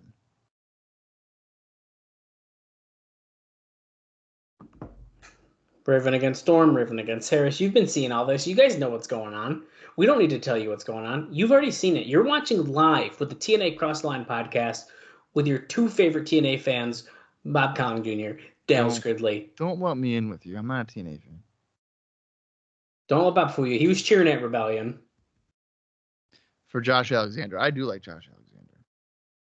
Well, we did see him win the Impact World title. It was pretty great. For the sake of the podcast, I really hope that he does, because we've referenced that now, I feel like, at least 5 times. Actually, this is a great time to mention that. I said that Josh Alexander's wife was not a wrestler, and I found out after saying that like weeks ago that I was wrong. Yeah. And I believe her name was Jade Chung, right? Yeah. Yeah, I found that out. So my apologies. She was in Ring of Honor too. She was with Jimmy Rave. Really? I did not know that. Yeah. She was treated as a step stool. Like a literal like step stool? Yeah, like he would step on her and get in the ring. Because she was like their servant. Right. Interesting. I feel like I need to see some of that Jimmy Rave run, because I don't think I've really seen anything. Yeah, Jimmy Rave his Ring of Honor stuff is good. Oh my God, look at him working the left arm. Look, he's picking the styles up. I did that to my sister when we were younger, and I swung on her arm over the edge of the crib, and I dislocated it. We went to the hospital. My grandmother was pissed. Is that real? That is a true story. Oh my God. Was it because you watched this pay-per-view? It must have been. Had it been. Chicken wing. Look at that, great. Hammerlock crossface chicken wing combo. I never injured my sister. Yeah, I don't believe that. I never did. Well, there's still time. You got a fun day ahead of you coming up here, Bob. Yeah, for her wedding. You know what? I think on her wedding day, I should just put her like in the crossface chicken wing. I don't see why not. I think that'd be the perfect crime. Hey, congratulations on getting married. I gotta put you in the crossface chicken wing now. Yeah, sorry, there's not a choice. Mind you, that was what Raven was just doing, and now he's got a hammerlock and delivering some knees. That's right. And he's wrenching on the arm. But AJ's right by the ropes, and he smartly puts his feet on the ropes.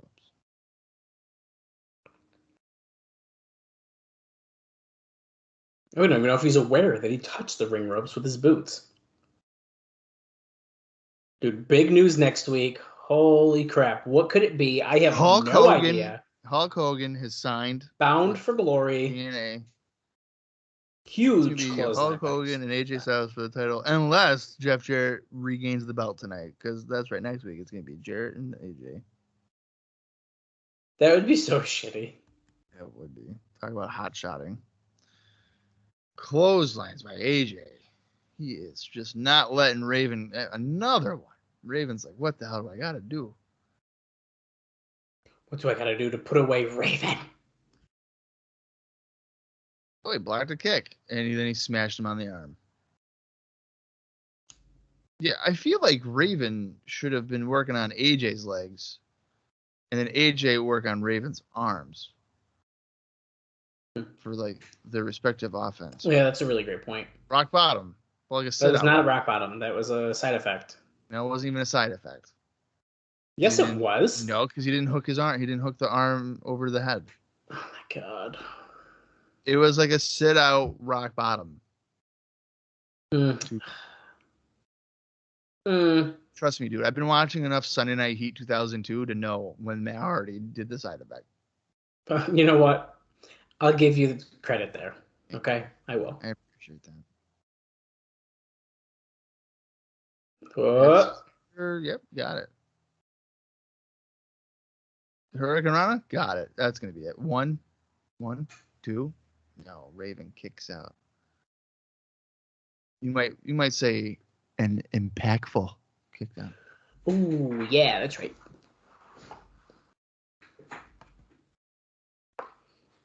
Come on, AJ.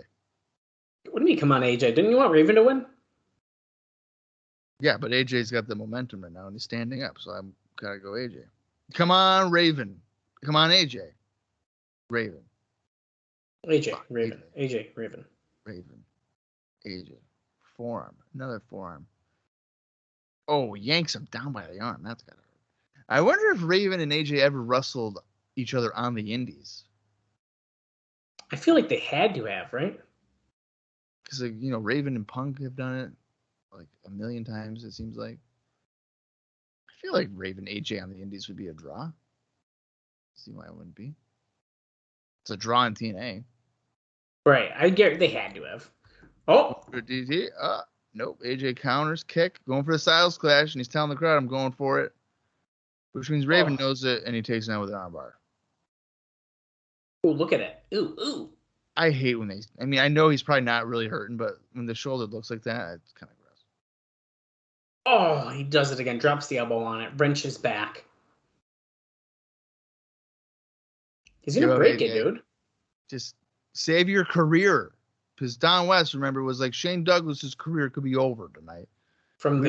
Well, he just tapped, technically, hitting the mat like that. So that should be a wrap. Roll through. No. This is the third straight week he's been in that title match. Oh, he's on the rope.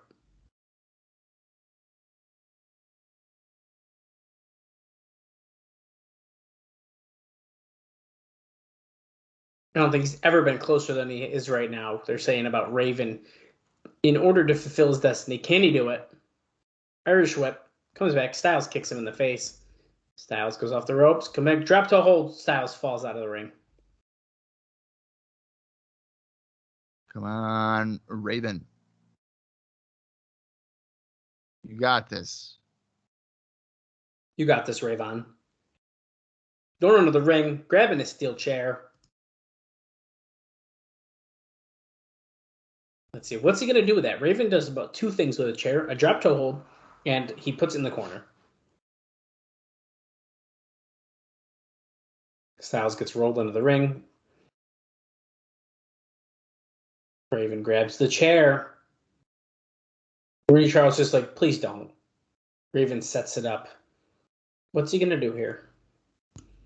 Oh, that's, I believe, a Pele kick. Camera angle is really tough. Couldn't really tell, but I think it was supposed to be a Pele kick. Either that or like an enziguri.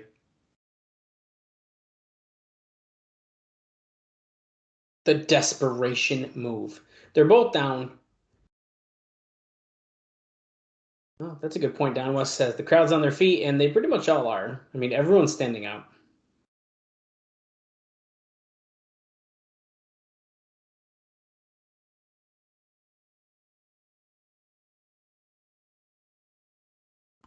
Raven's the first to his feet, even though he's the one who got kicked. So you know the Styles is hurting. Oh, clothesline. Well, more like a splashing. Splash, clothesline, whatever. Oh, what's that? Raven had something, but he dropped it.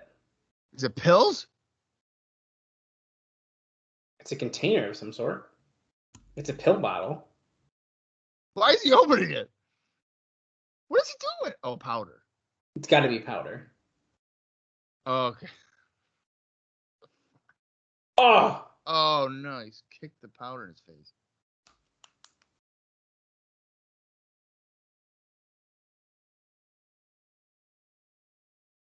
Oh. Well, Raven just dropped toe hold fucking Rudy Charles face first into a chair. That's what. But you know what? In Raven's defense, he was blinded. He was blinded. Yeah, he didn't know. He didn't mean to do that. Because they both got blinded by it. Oh, and Styles does it to Raven now. But Styles is blinded, so did he mean to do it to Raven, or was he trying to do it to Rudy? That's a good point. Okay, wait, Bob. Referee's down. We're going to get another ref. We're going to get a double pinfall again this week. Damn it. Come on, Vince. Send out another ref. You had to last week. Styles goes to the apron. Springboard 450. Raven moves out of the way, though. If that chair was just a little bit more over, he would have just smashed his face on the legs of that chair.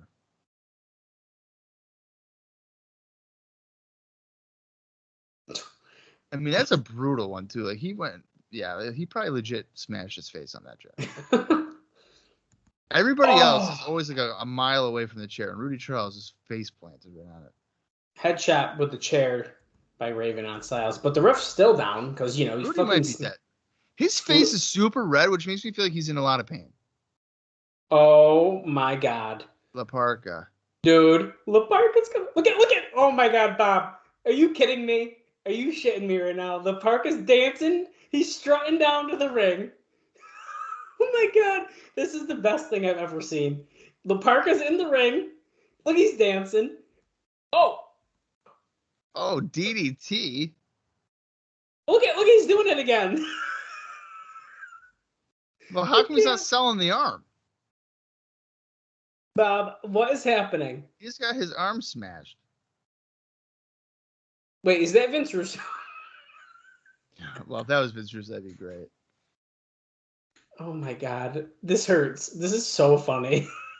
I love this show. Okay, Styles. Going for a Styles clash in the middle of the ring. Can he hit it? He got it. 1, 2, 3. Wow, that's Styles it. retains because of fucking La Parka. Wow. Oh my god. Raven loses yet again. I'm literally crying. I was just laughing so hard at that. There's tears coming down my face. Holy shit, dude. La Parka is about to become a top star here in TNA. Look out for that gif on our page this week. La Parka strutting down to the ring. Look, he's yelling at Raven. Raven staring at him. I can't believe the skeleton guy cost me the belt. Me either. What? Why did you do that, dude? What did I do to you? Look, everyone's Oh, no, leaving. They're like, oh, great, La Parka's here. Get out of here. So it looks like we're going to have Raven and La Parka at the World X Cup. Wait a second. He's unmasking. It's Chris Harris. What? What? He said Chris Harris was just strutting like that? Yeah. Wow, some of the people in the crowd really love that reveal. He runs into a boot. People are going nuts in the crowd right now for this. Here's James Storm. Where's Sabu? He's always got Raven's back, they say. Yeah. Here's pummeling Raven with left hands in the mat. Oh, So shit. Here's the Naturals. Who's that? The Naturals? Is that Johnny Swinger? Glenn Gilberti? Shouldn't the Naturals be beating up the AMW? I thought they were like feuding there. Here's Team NWA, Sonny Siaki. Okay, this is nuts. Vince Russo's out here. Don, get him out of here. Enough, Chris. Get him out of here. Look at Styles is dead in the corner. You're no different than Raven, he just tells Chris Harris.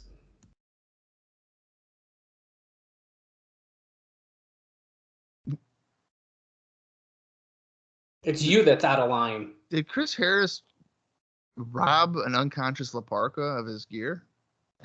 Came out to the ring? Dude, you can't do a serious promo in an unmasked La Parka outfit. Harris wants a title shot. I deserve to be in that cage. You know it. So I'm not asking you. I'm telling you. I want an NWA World Title match. When? AJ's probably like, that's what La Parka looks like? He looks like Chris Harris. I said it before, and I'll say it again. I'm a defending champion. All you had to do was ask. What? And Raven's back in the ring, so the brawl ensues. He's the ultimate definition of fighting champion. Oh, the match is for next Wednesday. How does TNA know that? They didn't say that. I don't know. AJ's fourth title match in 4 weeks. Another title event next week. Wow. Isn't that crazy? He's had 4 title defenses in 4 weeks, and then Jeff Jarrett had 4 title defenses in about 9 months. Yeah, I don't like that they're using a shitty crap version of the logo on that closing screen. But anyways, Bob, what's our runtime? 1 hour, 54 minutes, and 55 seconds. Very nice. Okay, so I have a prediction. Yeah. I think Styles is going to keep defending the title, and then by the time he gets to Jarrett, he's defended it 7 or 8 times. If they get, and he's yeah, I think that's what they're doing. And then Jeff Jarrett will win. That might not be like the worst idea. I guess then there's at least like kind of an excuse of why he won. You know what I mean? Yeah, there's a cop out for it. Yeah. So, Bob, what do you think about that show? I'm gonna say. I mean, I didn't hate it, so I guess I'm gonna go with a thumbs up. I liked it. I thought it was another like good show. There were some really good matches. Hey, and if we gave thumbs up last week after some of the mess stuff that we had happen, Yeah, I mean, we've set a precedent, I think. So. Yeah. Which, Bob, that makes 4 in a row. Of course, run a streak. We were on a wicked good streak right now. Really hope, you know what, if we can get all the way till that potential June date coming up, maybe in a month, can we get all the way there? And then we're going to have to figure out, do we think other shows are good too? I don't know. I can't wait to find out though, Bob. But yeah, we got a pretty decent card looking for next week, Bob. We have Chris Harris and AJ Styles. We have some members of Team AAA against Team Canada. And probably Sonjay, Dutt, and Amazing Brad are continuing their triple strike challenge, or whatever they're calling it. The three strike challenge. 3 strike Even though challenge. you'd only get two strikes. Right. Monty Brown. The way it would be a best or a 3 strike thing is if it was a best of 5. Right. Because then you get 3, but they're only doing best of. They're doing a best of 3. So. Monty Brown and BG James are facing off next week as well. We have the Corporal Punishment match between Michael Shane and Shane Douglas, where there will be leather belts and wooden paddles in all of the corners. Correct. I feel like I might need to wear loose pants that day because things are going to get a little frisky in that match. Okay. Hey, Bob, we marked the show that it's not for kids and it's explicit. We can talk however we want. Oh, okay, good. Yeah, we're good. You know what? You got to give TNA credit for consistently having a variety of matches that are at least intriguing. Yeah, I mean, I think that's a pretty fair point, to be honest. They at least try to. That's the thing, and we're going to see it kind of moving forward. They don't like shy away from trying stuff. Like, will this be our last Corporal Punishment match? I probably fucking bet it will be. But they're trying it out. I'm sure that when they get on TV here, that the experiments will be probably no longer. You think we're gonna kind of be slowing down on that? Yeah, I think it's gonna be. I feel like it's gonna be much more toned down and like basic. I think it will be for a little bit, but I have a feeling we aren't gonna be that slow. I think they got to like get their way in. They got to make sure that they're pleasing the network, and then after that, wipe the hands, baby. Yeah. You want to do fucking weird shit again? I mean, did you see those ratings? 4,000 people watched our TV show this week. So this week we're gonna do a barbed wire first blood thumbtacks on the ground. Oh, okay, so between Abyss and Sonny Siaki. Oh my god. Well, that's the thing, though. I mean, we're even going to be trying new shit by, like, November. I mean, let's just be real. We don't have to talk about what it is, but it's going to happen. Yeah. Right. So things are going to happen. But it's interesting nonetheless. But I don't know, man. I'm looking forward to next week, as always. And I'm sure you guys are at home as well. And I know Bob is. Bob always is. No, I mean, I am. I mean, we've gone through our fair share of rough patches, but I think we're finally getting into the era of TNA where the consistency of their product tends to be better than probably a lot of people would remember or even know about. So that'll be a lot of fun. But Dallas, do you have anything else? Because next week, Chris Harris is finally going to get a shot at the NWA World's Championship. And I'm actually looking forward to it. I don't, man. I think that wraps up for me. And I can't wait for next week, as always. And you know what? Dare I say it? I can't freaking wait for the World X Cup, man. I'm ready for that too. So gotta look ahead here. So yeah, the format changed for that, I think. has worked wonders already just for anticipation for it. Right. All right, we got a lot to look forward to, but in order for us to get there, we have to end this one. So until next week, for Dallas Gridley, I am Bob Colling Jr., and this has been the TNA Cross the Line Podcast.